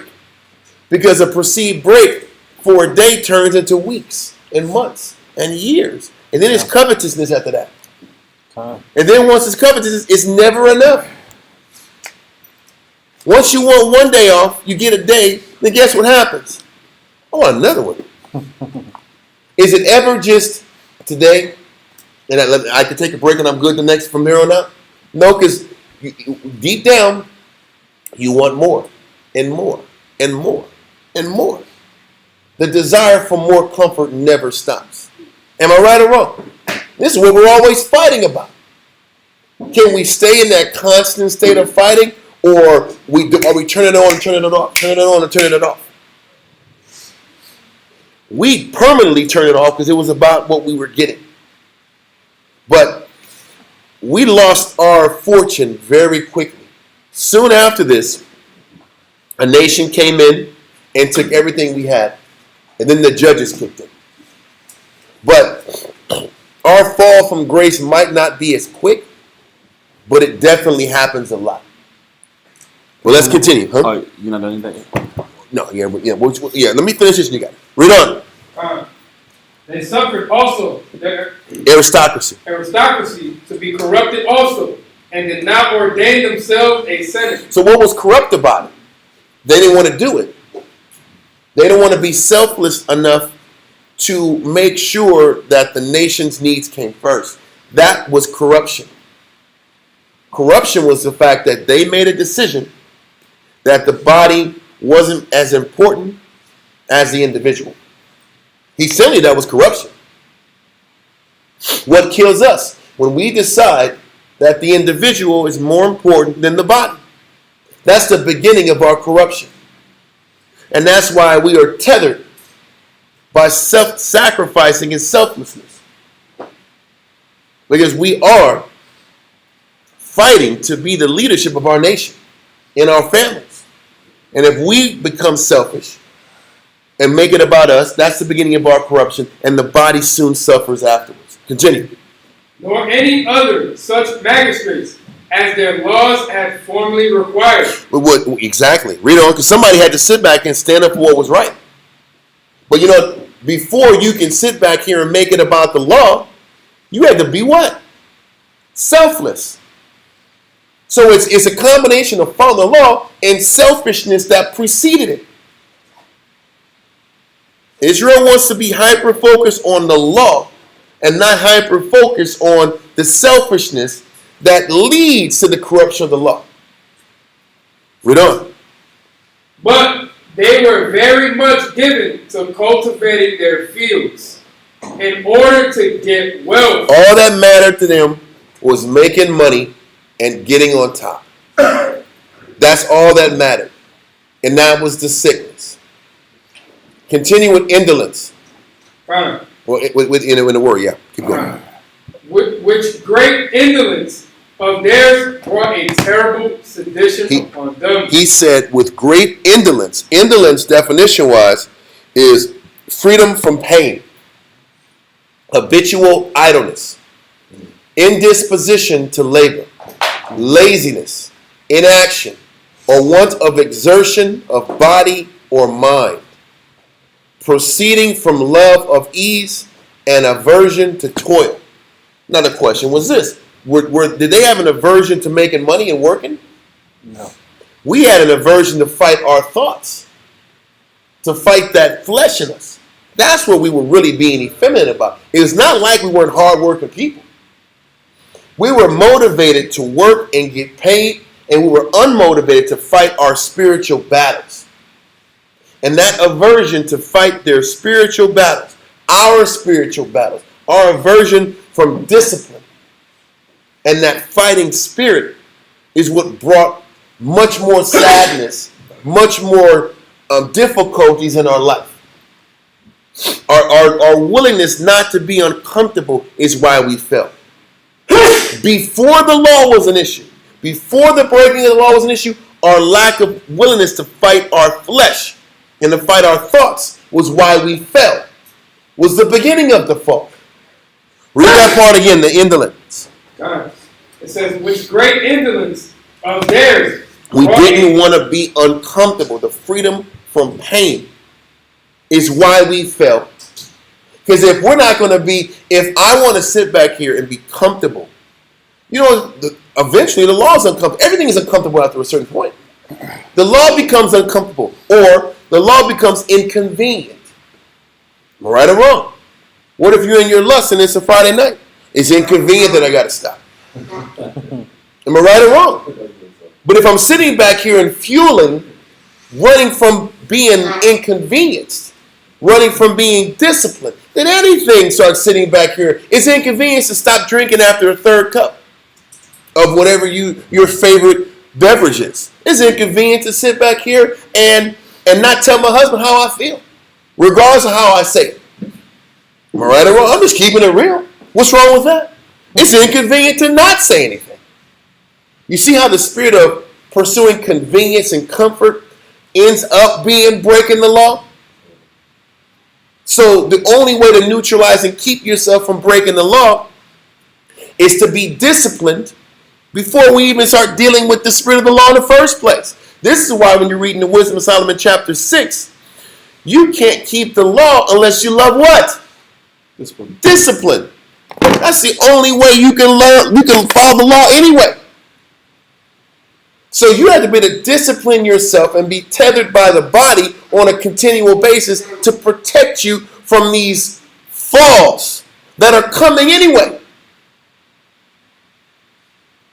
It's just a reminder as to why we fight. This uncomfortable fight. And why there's that constant gnawing feeling of being inconvenienced that you can't shake. Whether I got to sit back here and recounsel a person for the 80th time and go back rudimentary and explain and reteach and reteach and reteach. There's that gnawing, I got to do this again. How long am I going to sit back here and keep repeating this? Or it's that inconvenience of being tethered to the body and how many more Sundays and how much more can I keep up with this work and how much more can I keep being tethered and extended and pulled? That inconvenience is what's keeping your spirit literally alive. And it's keeping your spirit in a fighting spirit. For sisters, that anger and that disappointment about time and that fighting every day just to appreciate the little time you got, that is what's keeping you, as inconvenient it is, that is what's keeping you tethered to the spirit. Without that, you're going to want more and more and more, and it's never going to be enough. All those difficulties that are inconvenient is literally saving your spiritual life. And that's what we have to accept if we want to embrace pleasing the Most High and staying strong so that the Most High will maintain His providence and protection over our families. Read on in this paragraph. In which great indolence of theirs brought a terrible sedition upon them. And then it says all of this desire for comfort is what ended up bringing a lot of death and war to the nation. Because think about this. We're not going into this chapter, but the next paragraph talks about that Levite man and his Benjamite woman, I think. Oh, Levite. What's that? Judges 19? Yes, it's Judges 19. This is literally where the proper sequence comes in, where all those men took advantage of that man's wife. But it was a heinous act. But what was happening in the nation? People did what the hell they wanted to do when they wanted to do it. The problem is this. When you might have one idea of freedom, another person's idea of freedom is worse than yours. Okay, cool. And then there's a constant pursuit of convenience and comfort to the point where nobody has any laws at all. That's what people don't get. What is tethering everybody together? Same thing now. The lack of a moral code. Come. You can't have a lack of moral code in some arenas. Come. And then shame other people who have weirder ideas. Come. I want to be become furries. It's like this animal creature, animal creature. Furries, man. It's like a costume they wear. Yeah, it's a costume. Yeah, I'm a wolf or I'm a rabbit. That's my spirit animal. Half man, half dog. Half man, half whale. I didn't even. Okay, I thought you meant. I had some other idea of furries. I mean, it gets more intense than that. I'm keeping it PG, but it gets more. It gets more gangster than that. But you can't shame furries, but you're cool with the cutting off body parts for 12-year-olds. Yeah, I know. It's the same. There's no fine line. Exactly. It's great. Everything's great now. Yes. Yeah. So they got the term mapping now. It was mature. What was the terminology mean? It's mature people attracted. Oh yeah. Minor attracted persons. Yeah. Now we're creating new acronyms to less the shame of what it really is. It's you gotta be careful of that word, but it's 5 letters, and they just keep adding letters on top of it to whatever your desire is. But once again, that's on the extreme American end. But it still is that same concept with discipline amongst the nation. Okay. This is why there's so much confusion amongst the nation. The whole no camp. Listen, when there are a lot of camps fail, it really stunted the nation's growth. When the camps fell apart and the generals kept splitting, and I'm talking about in New York many years ago, it really did the nations a disservice because everybody thought they could be an individual. They thought they could be an individual, not realize that being an individual only works to a degree. You have to be tethered by the needs of the body. The law alone, there's Jews sitting back here going left every single day with the law. What keeps people really tethered is the needs of the body, the selflessness required to keep a nation strong. The humility it takes to put yourself last and keep your priorities in check. Keeps your motivations in check. This is what we detached ourselves from, and we started destroying one another from the inside because we stopped making it about looking after one another. That's always the lesson the Most High gives us to protect us. Going back to this image, we kept losing land because we didn't fight to push ourselves and inconvenience ourselves for our lives. Anyway, you got a verse? I did have a verse. Amos 6 goes right to the point. Amos 6 verse 1 down to 8. Because as you can tell, history repeats itself. Yes. And what it's going to explain is, right before the fall of the northern kingdom, Amos is warning the northern tribe of the same sentiment, the same laziness, the same effeminacy that we were constantly absorbing ourselves into. Yep. Give me that in verse 1. Amos chapter 6 and verse 1 reads, "Woe to them that are at ease in Zion." This is the point. You don't realize your nation is falling apart right now. You don't realize the men, the caliber of men, are falling apart. Because they're making money. They're making money. They're comfortable. They got time. We're gonna list all the things they were doing. It's gonna go into it. It's gonna get into all of it. Perfect, bro. What were they doing, and why were they so confident in their position in life? Read on. "Woe to them that are at ease in Zion, and trust in the mountain of Samaria, which are named chief of the nations, to whom the house of Israel came." Why were you so confident in our great nation? We were confident in the mountains, the protection we had. It was the protection. It was the protection. It was the comfort. It was the stability we had for a period of time. Remember, we hadn't fallen yet. No kingdom had fallen at this point yet. Nope. So they were making money. They were making money, making bread. They were winning. Yep. It says they were named chief of the nations. So the surrounding nations respected the northern kingdom. Yep. So why fear? Why have a sense of what? Urgency. To serve the Most High. Which means what? To inconvenience yourself. Because it's still about discipline and inconveniencing yourself. That is the spirit of the law. That's the spirit of attaining wisdom, is discipline. And it goes in, it's going to explain that the inconvenience was serving your people again. And that's the only thing we have in common now. And that's what he was saying.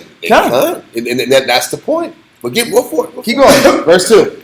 Verse 2, "Pass ye unto Canaan, and see." What he's about to do is he's listing all the great nations, the great cities yes, that were also strong, that also had confidence. What the Most High is doing, the same thing we're doing. Think of all the strong Israelites you've seen that were strong. They got comfortable.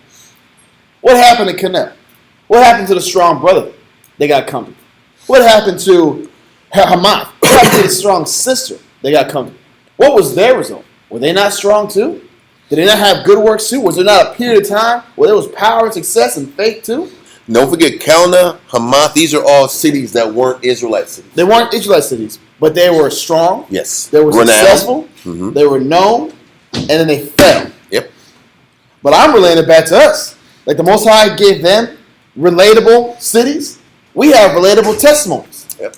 There's been men and women that were strong, reliable, had tenure. Said they don't need camps. Say they don't need camps. And all of a sudden things fall apart. Then things fall apart and they have no spiritual anchor to keep them strong. Exactly. Because ultimately all we have is our works and our fight. Yeah. We can go all around in circles. Years don't even matter as much if you can't keep your fight up. It's true. Years of knowing this information, that what good is knowing the information if you haven't fought your battle and attacked your thoughts and made sure your intention was about making sure the body was first. Con. But keep going. Con. So keep reading. Pass ye unto Canal and see. It's Kalna or Kalna. Kalne. Yeah, Kalna is better. Yeah. Come. Pass ye unto Calnet and see, and from thence go ye to Hamath the great. Then go down to Gab of the Philistines. Be they better than these kingdoms? What he's saying is, do you think you're superior than these kingdoms That were once on top? that were once on top? Do you think your stability is more stable than their stability was? Keep reading. Or their border greater than your border? Were their borders not strong? Yes, they were. They had mountains too. They had military. They had a great, thriving economy. Con. Success, history, legacy, all that, tradition, all that. Mm-hmm. Read on. Verse 3. Ye that put far away the evil day. What he's saying is, our people, by not having a sense of urgency, by not having a willingness to fight ourselves every day, we're acting like the Most High can't sting us and can't touch us. You're putting forward the evil day, meaning, I don't think he can hit me. Yep. I'm safe from destruction. I'm safe from fear. Now we're going back into that Job 21 concept where the wicked doer doesn't fear anything. Yep. They live in a household that's not scared of the rock. Yeah. They live and they play, the children thrive. 'Cause I'm comfortable. They're living their best life. They're dancing. The and dance, they're the children is laughing. There's children laughing. This is what Job's talking about. The children are laughing. They're playing musical instruments. Everybody's smiling. They're making money. And then you read down in verse 14. It says, "What purpose do I have to serve God? Good. I'm winning. I'm successful." But it's the same sentiment and thought process that we were going through. Yeah. Right before we fell. Yet again. Yep. Read it again. Ye that put far away the evil day, and cause the seat of violence to come near. The less you fear, the less urgency you have, the closer that danger comes to you. The closer your reality flipping upside down becomes very realistic. Read on. That lie upon beds of ivory, and stretch themselves upon their couches. Man, this sounds real familiar. It starts off before you get to the luxury. It starts with the pursuit of it. It starts with the decision that I've worked hard enough. Yep. I have disciplined myself long enough. I've been selfless long enough. Now it's time to get mine. That's where it starts. That's when that effeminate spirit starts to nurture in you. When you tell yourself you've given enough. You've put yourself last long enough. Now the Most High has blessed everybody. Now I can go do me now. Now I can exhale. And then once you start pursuing that comfort, that is when everything else starts to diminish. That point. And then once you climax to the beds of ivory and all this riches, then your fall is coming next. But what's the point? The point is before you get to all the rewards, it's that desire to depart from that spirit of living that disciplined life is where the problem starts. It's that unsatiable quench, or it's unquenchable sensation. It's that uncomfortable, nagging part of your life that you want to remove yourself from. Yeah. What I mean by it starts with every day dealing with brotherhood shenanigans. Yep. Listen, the brotherhood is great until you got to deal with the brotherhood shenanigans. Yeah. There's brotherhood shenanigans. Yeah. There's brotherhood monkey stuff. There's brotherhood silliness. There's brotherhood pride. There's brotherhood recklessness and rebellion. And that annoyance and the annoyances that come from fighting for the body, there's a part of you that wants relief from that. There's a part of you that tells yourself, do I have to keep dealing with this every damn day for the rest of my life? But that pull is what keeps you tethered and into Christ. Without that tethered, what's keeping us from being selfless? What's keeping us from pursuing wisdom? What's keeping us from being tempered and spiritual? besides those things that annoy us, besides those things that are uncomfortable to us. That's what keeps us spiritual. But once you pull yourself from that, then you can go do what you got to do. Pursue your shekoyim, pursue your comfort. That's fine. But you're dying in the spirit. Yeah. It's not necessarily about the cash you make. It's about the switch of priorities that you give your mind to. Exactly. It's not about the money. It's about your mind. And are you still disciplining yourself? Are you fighting your battle every day?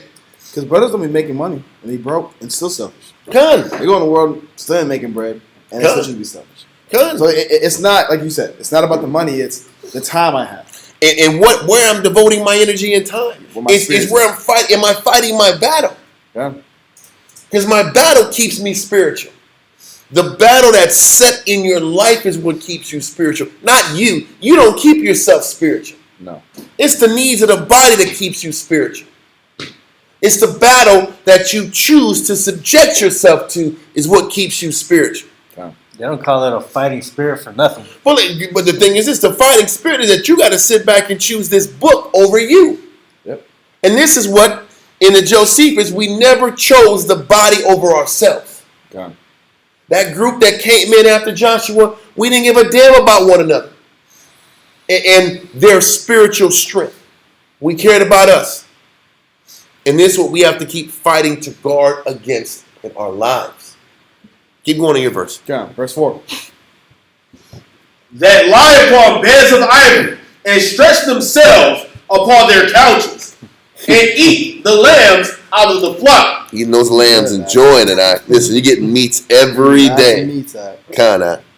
And the cows out of the midst of the stall that chant to the sound of the viol and invent to themselves instruments of music. I'm telling you, it's a singing and dancing. Wow, bro. Israel loves singing. He loves making rap songs.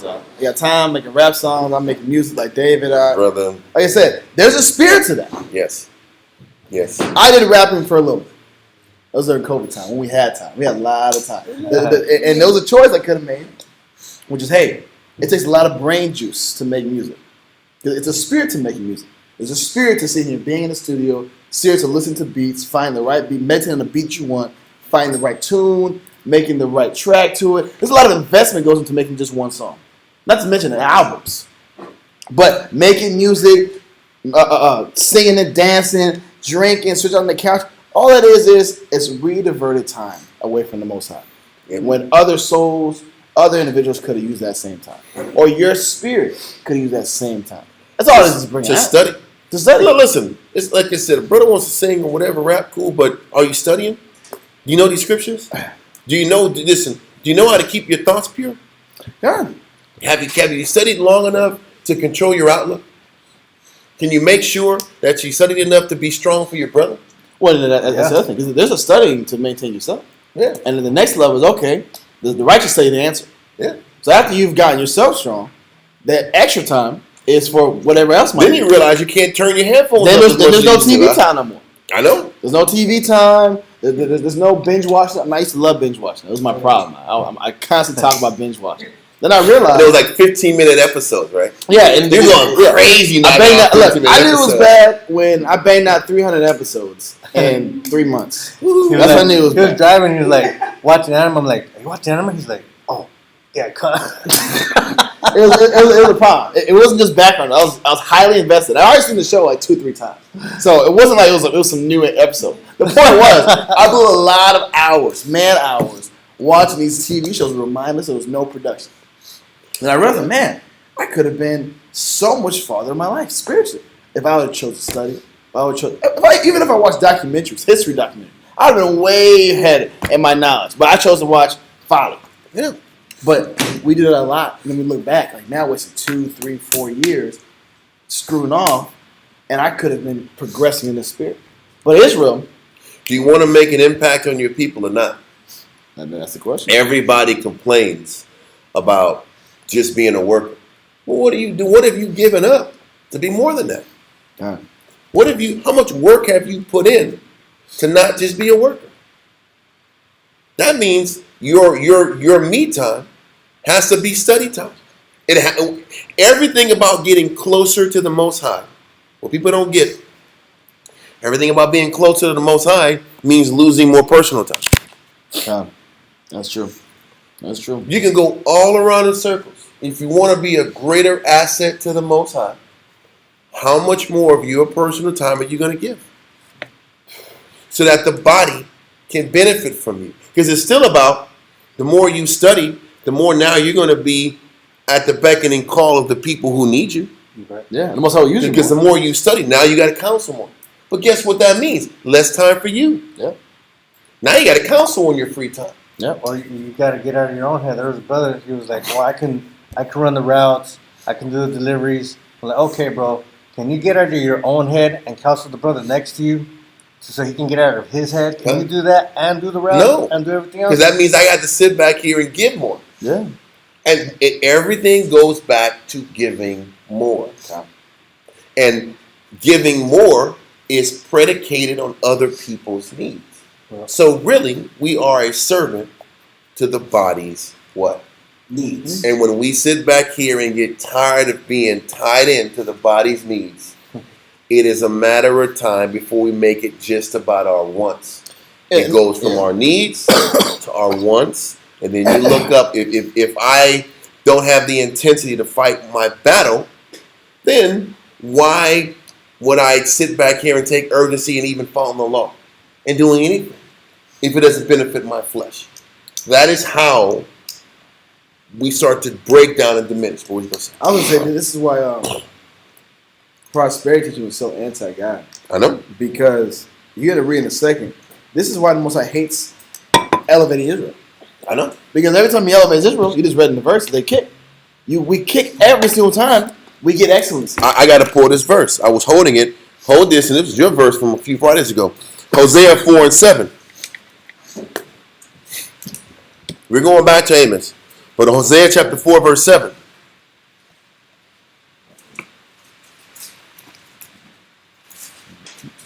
Read that. Whoever. Cry. Hosea chapter 4, verse 7 reads.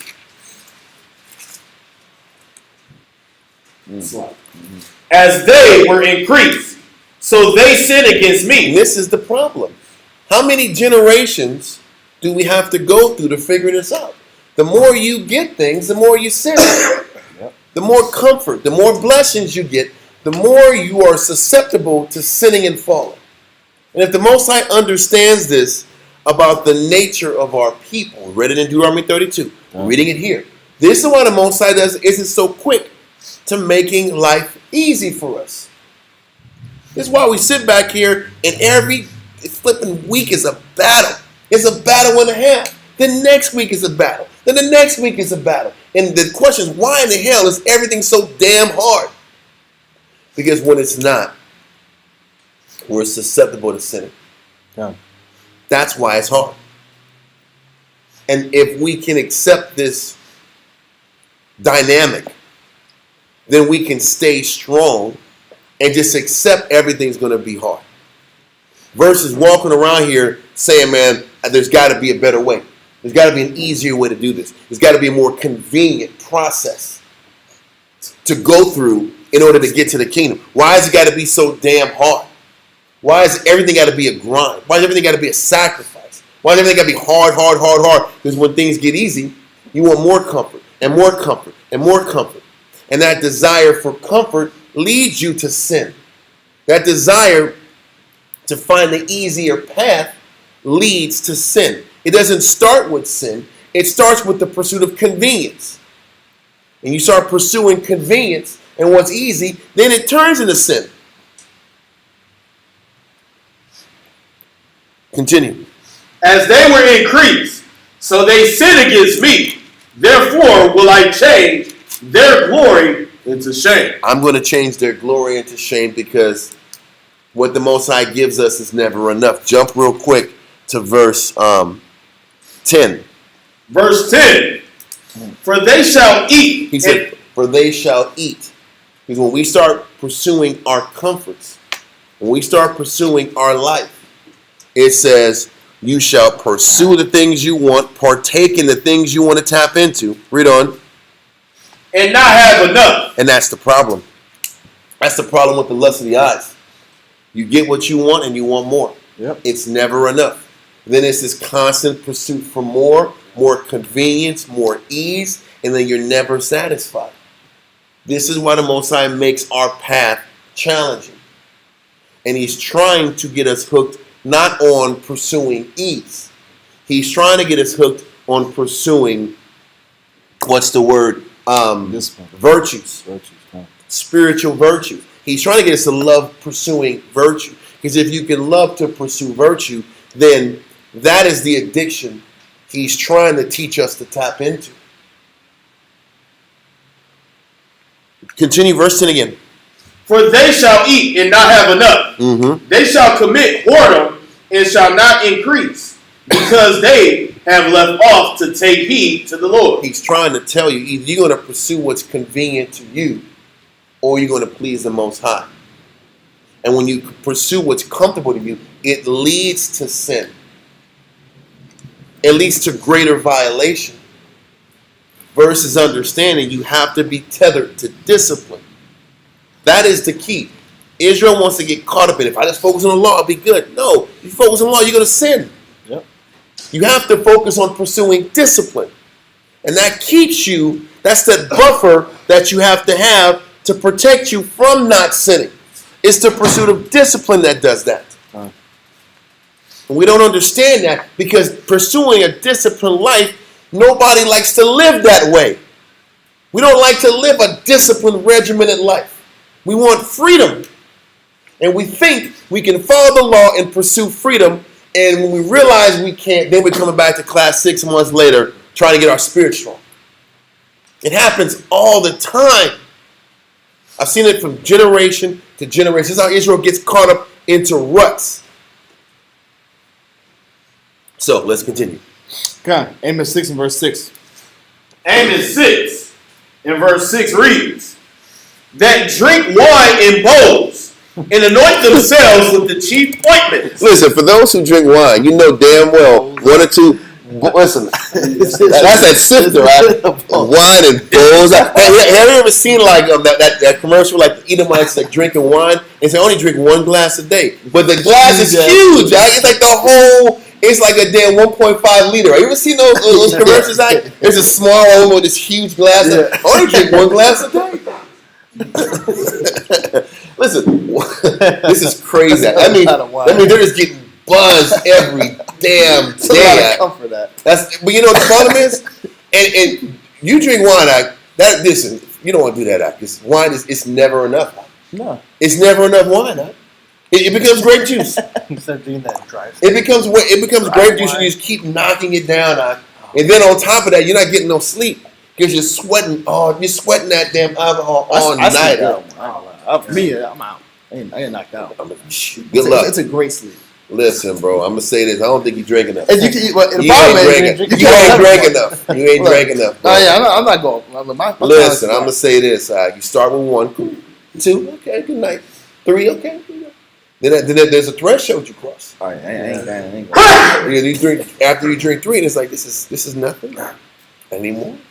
It's easy to go. It's easy to go further. It's a lot of sugar like that. It's a lot of. That's why I gained so much weight. Yeah. It was just sugar. You're just ingesting sugar forever, and then and you don't get any, and then you don't get anything out of the deal. It's like I'm still thinking. It's not enough. Listen, and then you keep looking for the answer. The answer is not. You never find the answer. You keep trying to find an answer that's not there. Point is this: but even with all this drinking and comfort and these pursuits, it's never enough. And that was what I was trying to say. Also, this pursuit of this comfort is never enough. You always want more. You always want more, and then it ends up coming. The law becomes inconvenient. Everything becomes inconvenient because you keep feeding this flesh in you. And that's the point. But can you fight and be uncomfortable and learn that discomfort is how you survive? That's all I'm saying. That discomfort, that thing that annoys you, is what keeps you spiritually tethered to Him. But keep going. What is that? Come, that drink wine in bowls and anoint themselves with cheap ointments. But they are not grieved for the affliction of Joseph. And this is the point. All these distractions just take you away from your duty. And the affliction of the people. Exactly. Restoration. Getting your people back in straight. Because you don't realize your nation's about to fall apart. But while you're so consumed in your own personal life, their needs are no longer the issue. They're no longer the focus. He's trying to tell you, and this is I keep repeating this because we're so hyper focused on following the law. We're tethered to the law by the affliction of our people and by serving the nation who is being afflicted. That's how we're tethered to the law. It's not just about the law. It's about fighting to keep the law based on being strong for your nation. Yeah. Without that, we're just playing church and we're cosplaying Israel. And that's the truth versus tapping into the real power of what this word is. All we're doing is saying, be warmed and filled. But I'm going to do me and y'all can do you.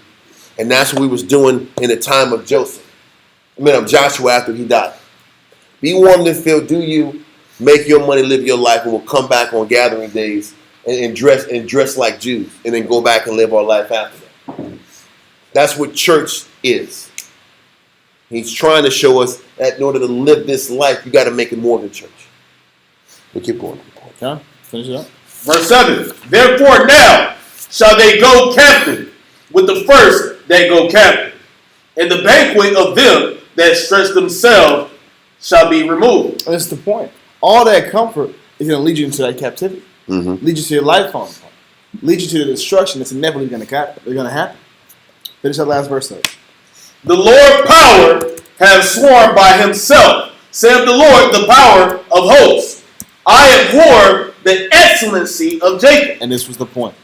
Because when Jacob gets on top, when Jacob gets excellent, when they get stable, all of a sudden the needs of the people is no longer the focus. And they get more and more into their lusts, more and more into their diverse pleasures, more and more into distractions. Yep. And my work is no longer the focus anymore.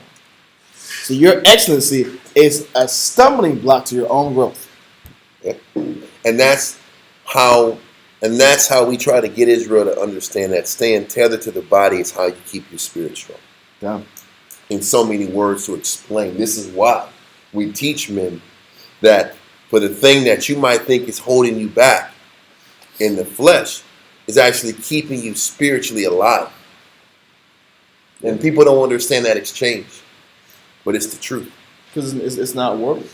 There's no physical reward. There's not a lot of worldly reward for it. No. But, we finished with that? I'm Let that go and go to Josephus book 4, chapter 8, paragraph 2. Matter of fact, 1 and 2. Because if we're not about pursuing our comfort, what should we sit back here and be focused on that? I mean, I don't have a lot of time to go into the other parts of the beginning part of the class, so I kind of want to go into at least a portion of the remedy. Okay? So we're going to get Josephus book 4, chapter 8, paragraph 1 and 2. Uriah.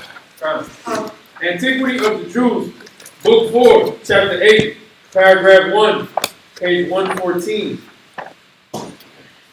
When 40 years were completed, within 30 days, Moses gathered the congregation together near Jordan, where the city Abila now stands, a place full of palm trees, and all the people being come together, he spake thus to them: O ye Israelites and fellow soldiers, who have been partners with me in this long and uneasy journey, since it is now the will of the Most High, and the course of old age, at 120, requires it that I should depart out of this life. And since the Most High hath forbidden me to be a patron or an assistant to you in what remains to be done beyond Jordan, I thought it reasonable not to leave off my endeavors even now for your happiness. So he's like, I need to let you know and prepare your mind as much as I can for what you're about to face. Now, we know we just read that we were effeminate and made it about our planning and making our money. But Moses tried to let us know before he died, which was literally like 30 days before we crossed Jordan and started fighting. So pretty much this speech was in the frontlets of our brain when we started sitting back here and being effeminate and making it about our property in our pursuit of our money. It ain't like this was many years of a conversation before we went into start fighting these Canaanites. This is fresh in our mind. Moses died maybe a few months ago and we started going left. But Moses let us know the proper mindset we were supposed to have once you get blessings, once you get stable.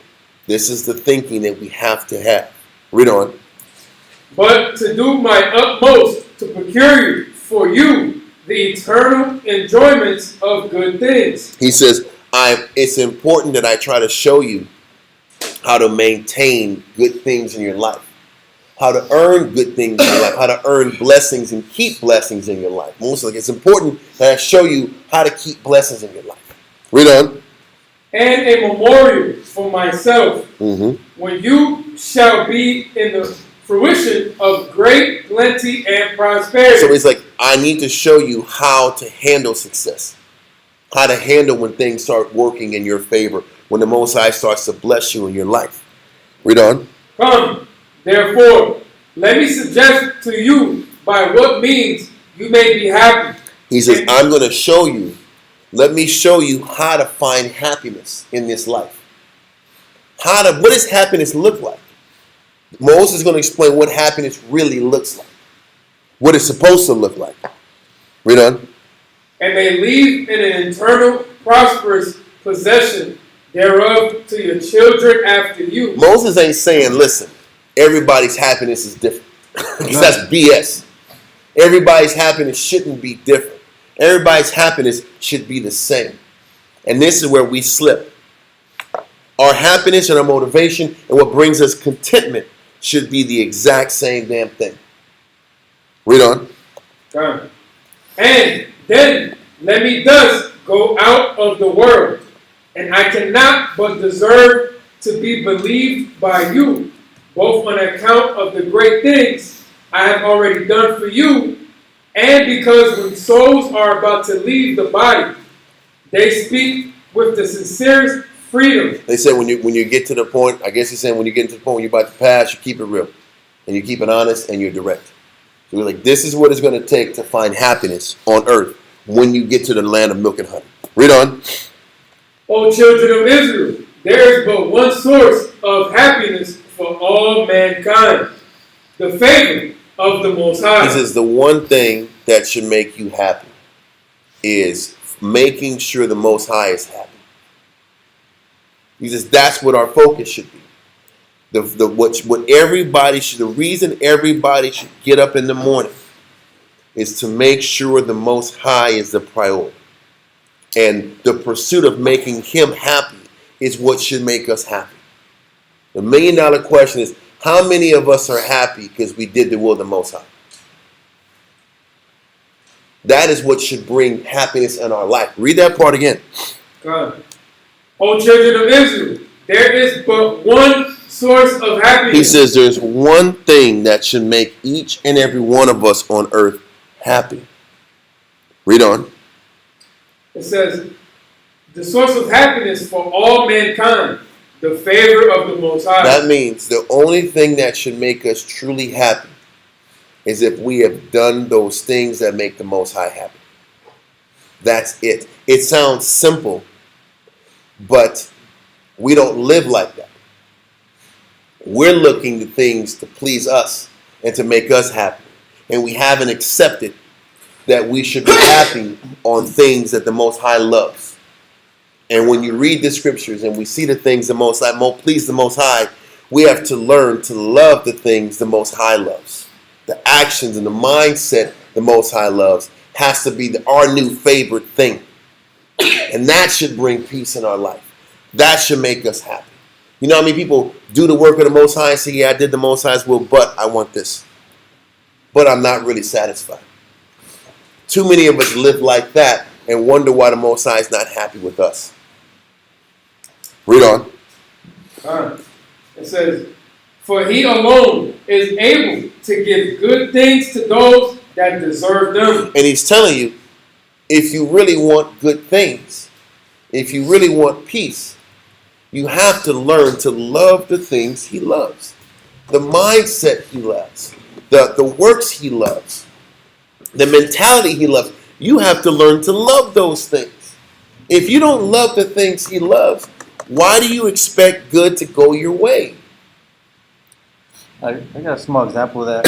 When we were doing like Costco deliveries, and a brother was working with me, and I would, something simple like I would call the next delivery, like, oh, it's gonna get dropped off right here in the garage, and it would happen. He was like, man, Most High's with you, and he was happy about it. But I got gratification because he was happy of the job we're doing. Sometimes the ease came, or the breaks, not the breaks, but the mercy.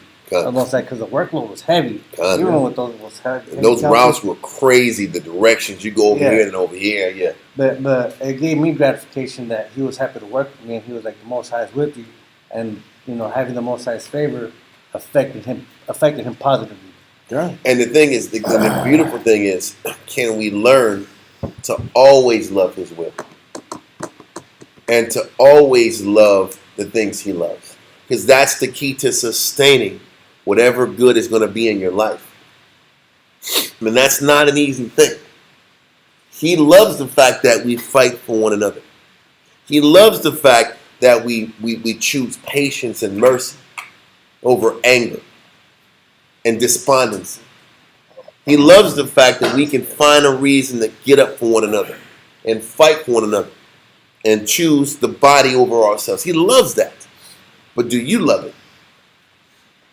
And if you don't love fighting for one another, now you know why the Most High don't give you what you want. Read on. Fine. It says, and to deprive those of them that sin against him. Towards whom? He says he will give good things to those that deserve it and deprive those of them that sin against him. It's as simple as that. For those of us who can't find happiness doing this work, you know who you are, and that's why you have the problems you have. It's very simple. If you can't find happiness fighting for your brother, why would he give you the things you want? Why would he give you the peace of mind you want? And the trinkets you want, the little blessings you want? If you can't find happiness and peace of mind doing the things he wants you to do. If we can't just, Most High is very simple. If we can't learn the simplicity that's in the Most High, you're not going to see even the bigger things.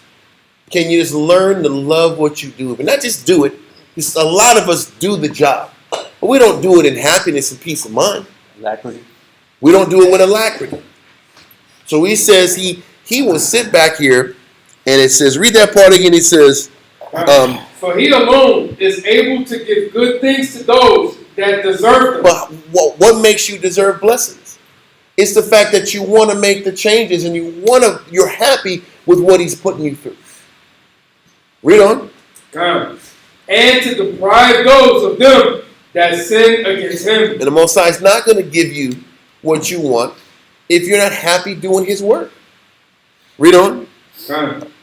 It says, towards whom? If you behave yourselves according to his will. According to his will, meaning love the things he loves and hates the things he hates. Read on. And according to what I, who well understand his mind, do exhort you to. Most like I understand what he likes and what he wants. That is a power because Moses said, I understand how he thinks. I understand the mindset you got to have to make him happy. If you just listen to me, you guys will have it made. Read on. It says, you will both be esteemed, blessed, and will be admired by all men, and will never come into misfortune. He said, you'll never come into misfortunes if you learn to love the work you do for the body. You got to love it. You have to value it. And those things that aggravate you can no longer aggravate you. That's the trick. Those inconveniences, the things you lose for your brother, the things you're inconvenienced for your sister, you have to get to the point that those inconveniences, you don't mind being inconvenienced the slightest bit. That's the trick. The losing for your brother, the losing for this work, the putting yourself last can no longer aggravate you. And if you can learn that, you'll never come into misfortunes. That's his promise. Read on. Nor cease to be happy. Nor cease to be happy. But the thing is, your happiness will never end if you can learn to be happy to put the Most High first. You have to be happy putting the body first. The body has to be the reason you get up in the morning. If you can learn to love the body and love what you do for the body, then you'll never be unhappy. And you'll never come into misfortunes. Yeah, do you like to be called upon and be the go-to guy? Is Moses sitting back here saying, you better la? You gotta love the body. You gotta love doing the Most High's work. You gotta love putting the Most High first, the body first, and you have to love the things he loves. That's how you ensure extended longevity in Christ. Read on. It says, nor cease to be happy. You will then preserve the possession of good things you already have. He's trying to tell you, what was the title of the class? How to continually sustain building for the Most High.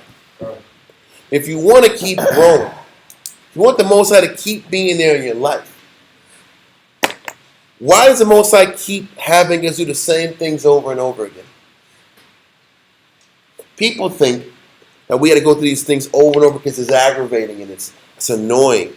He's trying to get us to do these works every day until we what? Until we learn to love it out. You have to learn to love losing for your brother. You have to learn to sit back here and love being your brother's keeper. Calling and checking in and make sure brother's up in the morning and dealing with the counsel and dealing with the headaches and the stresses. You got to learn to love it. Well, we see men ready to sit back here and put hands on men. That means men aren't loving it. That's an indicator to let you know men aren't loving it. All the arguing, all the fighting, all the bad blood and negative, that is an indicator. The Spirit's telling me that brothers don't love it.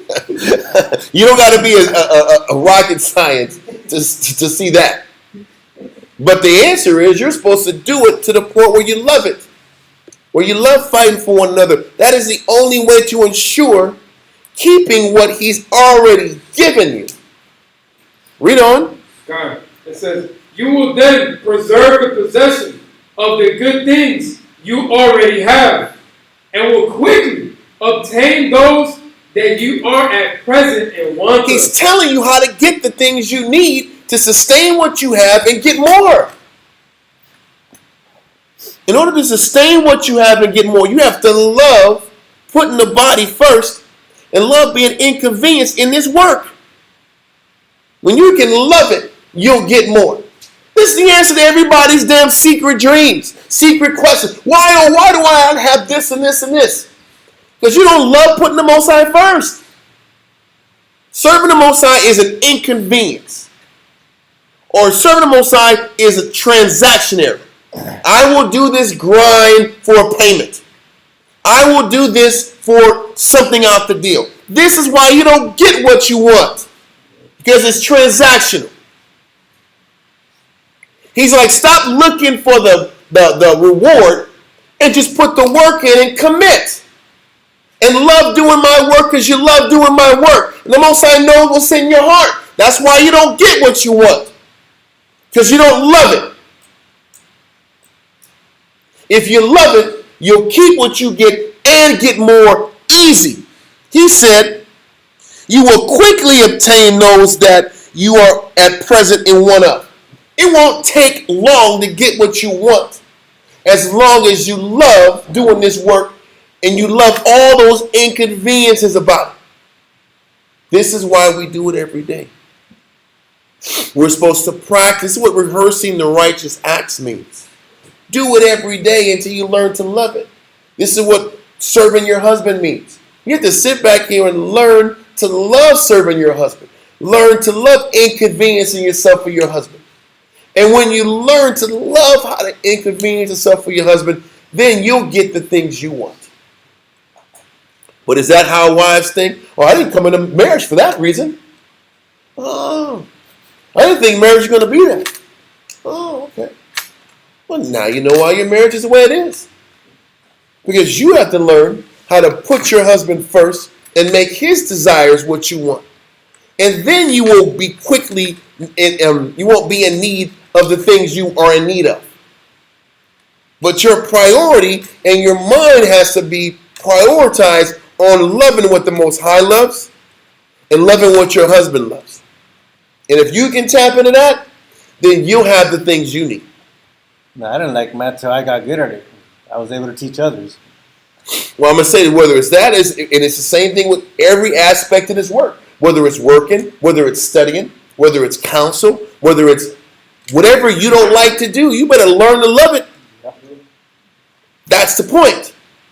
And if you learn to love it, you won't be quickly in need of much. Read on. Only do you be obedient to those whom the Most High would have you to follow. That's why it goes into then on top of learn to love the body, then you have to learn how to be obedient to the person the Most High put over you. That's what I talked about with sisters. You have to love the person that the Most High put over you and follow them.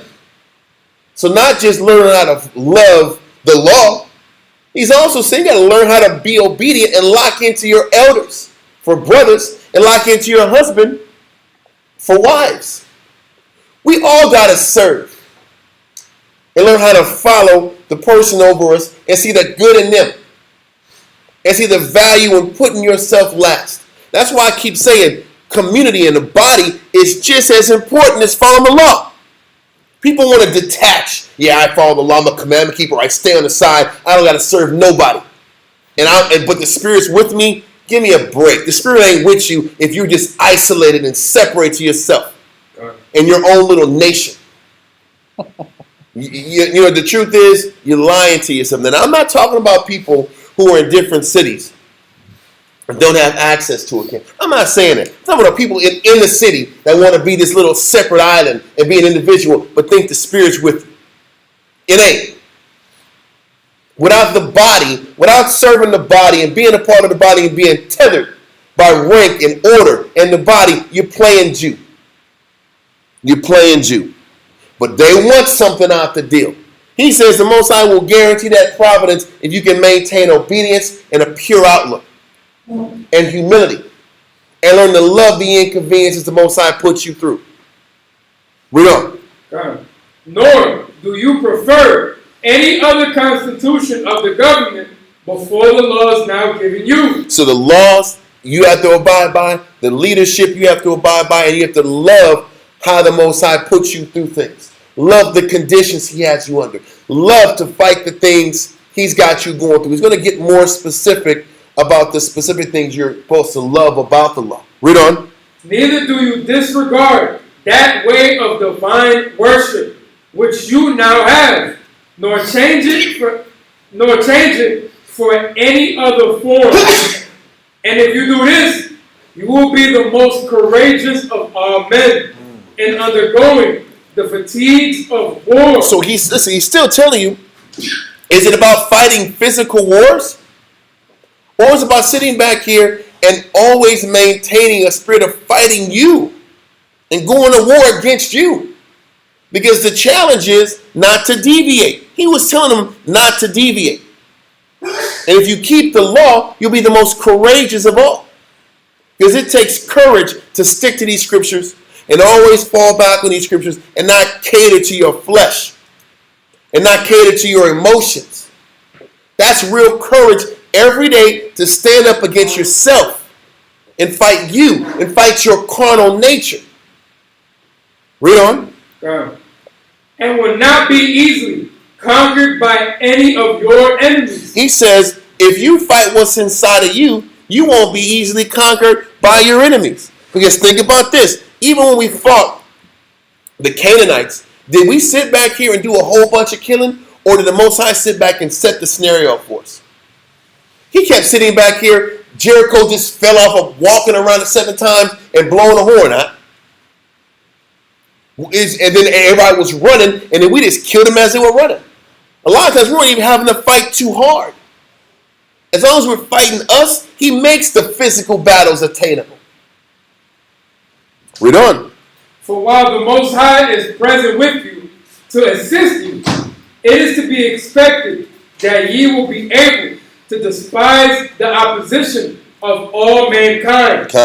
And great rewards of virtue are proposed for you. And he says great rewards of virtue are proposed for you. That means spiritual growth. That means the fruits of the Spirit. Discipline, humility, patience, long-suffering, selflessness. These are the rewards the Most High has set for us if we just fight our battle. It's going to explain. Read on.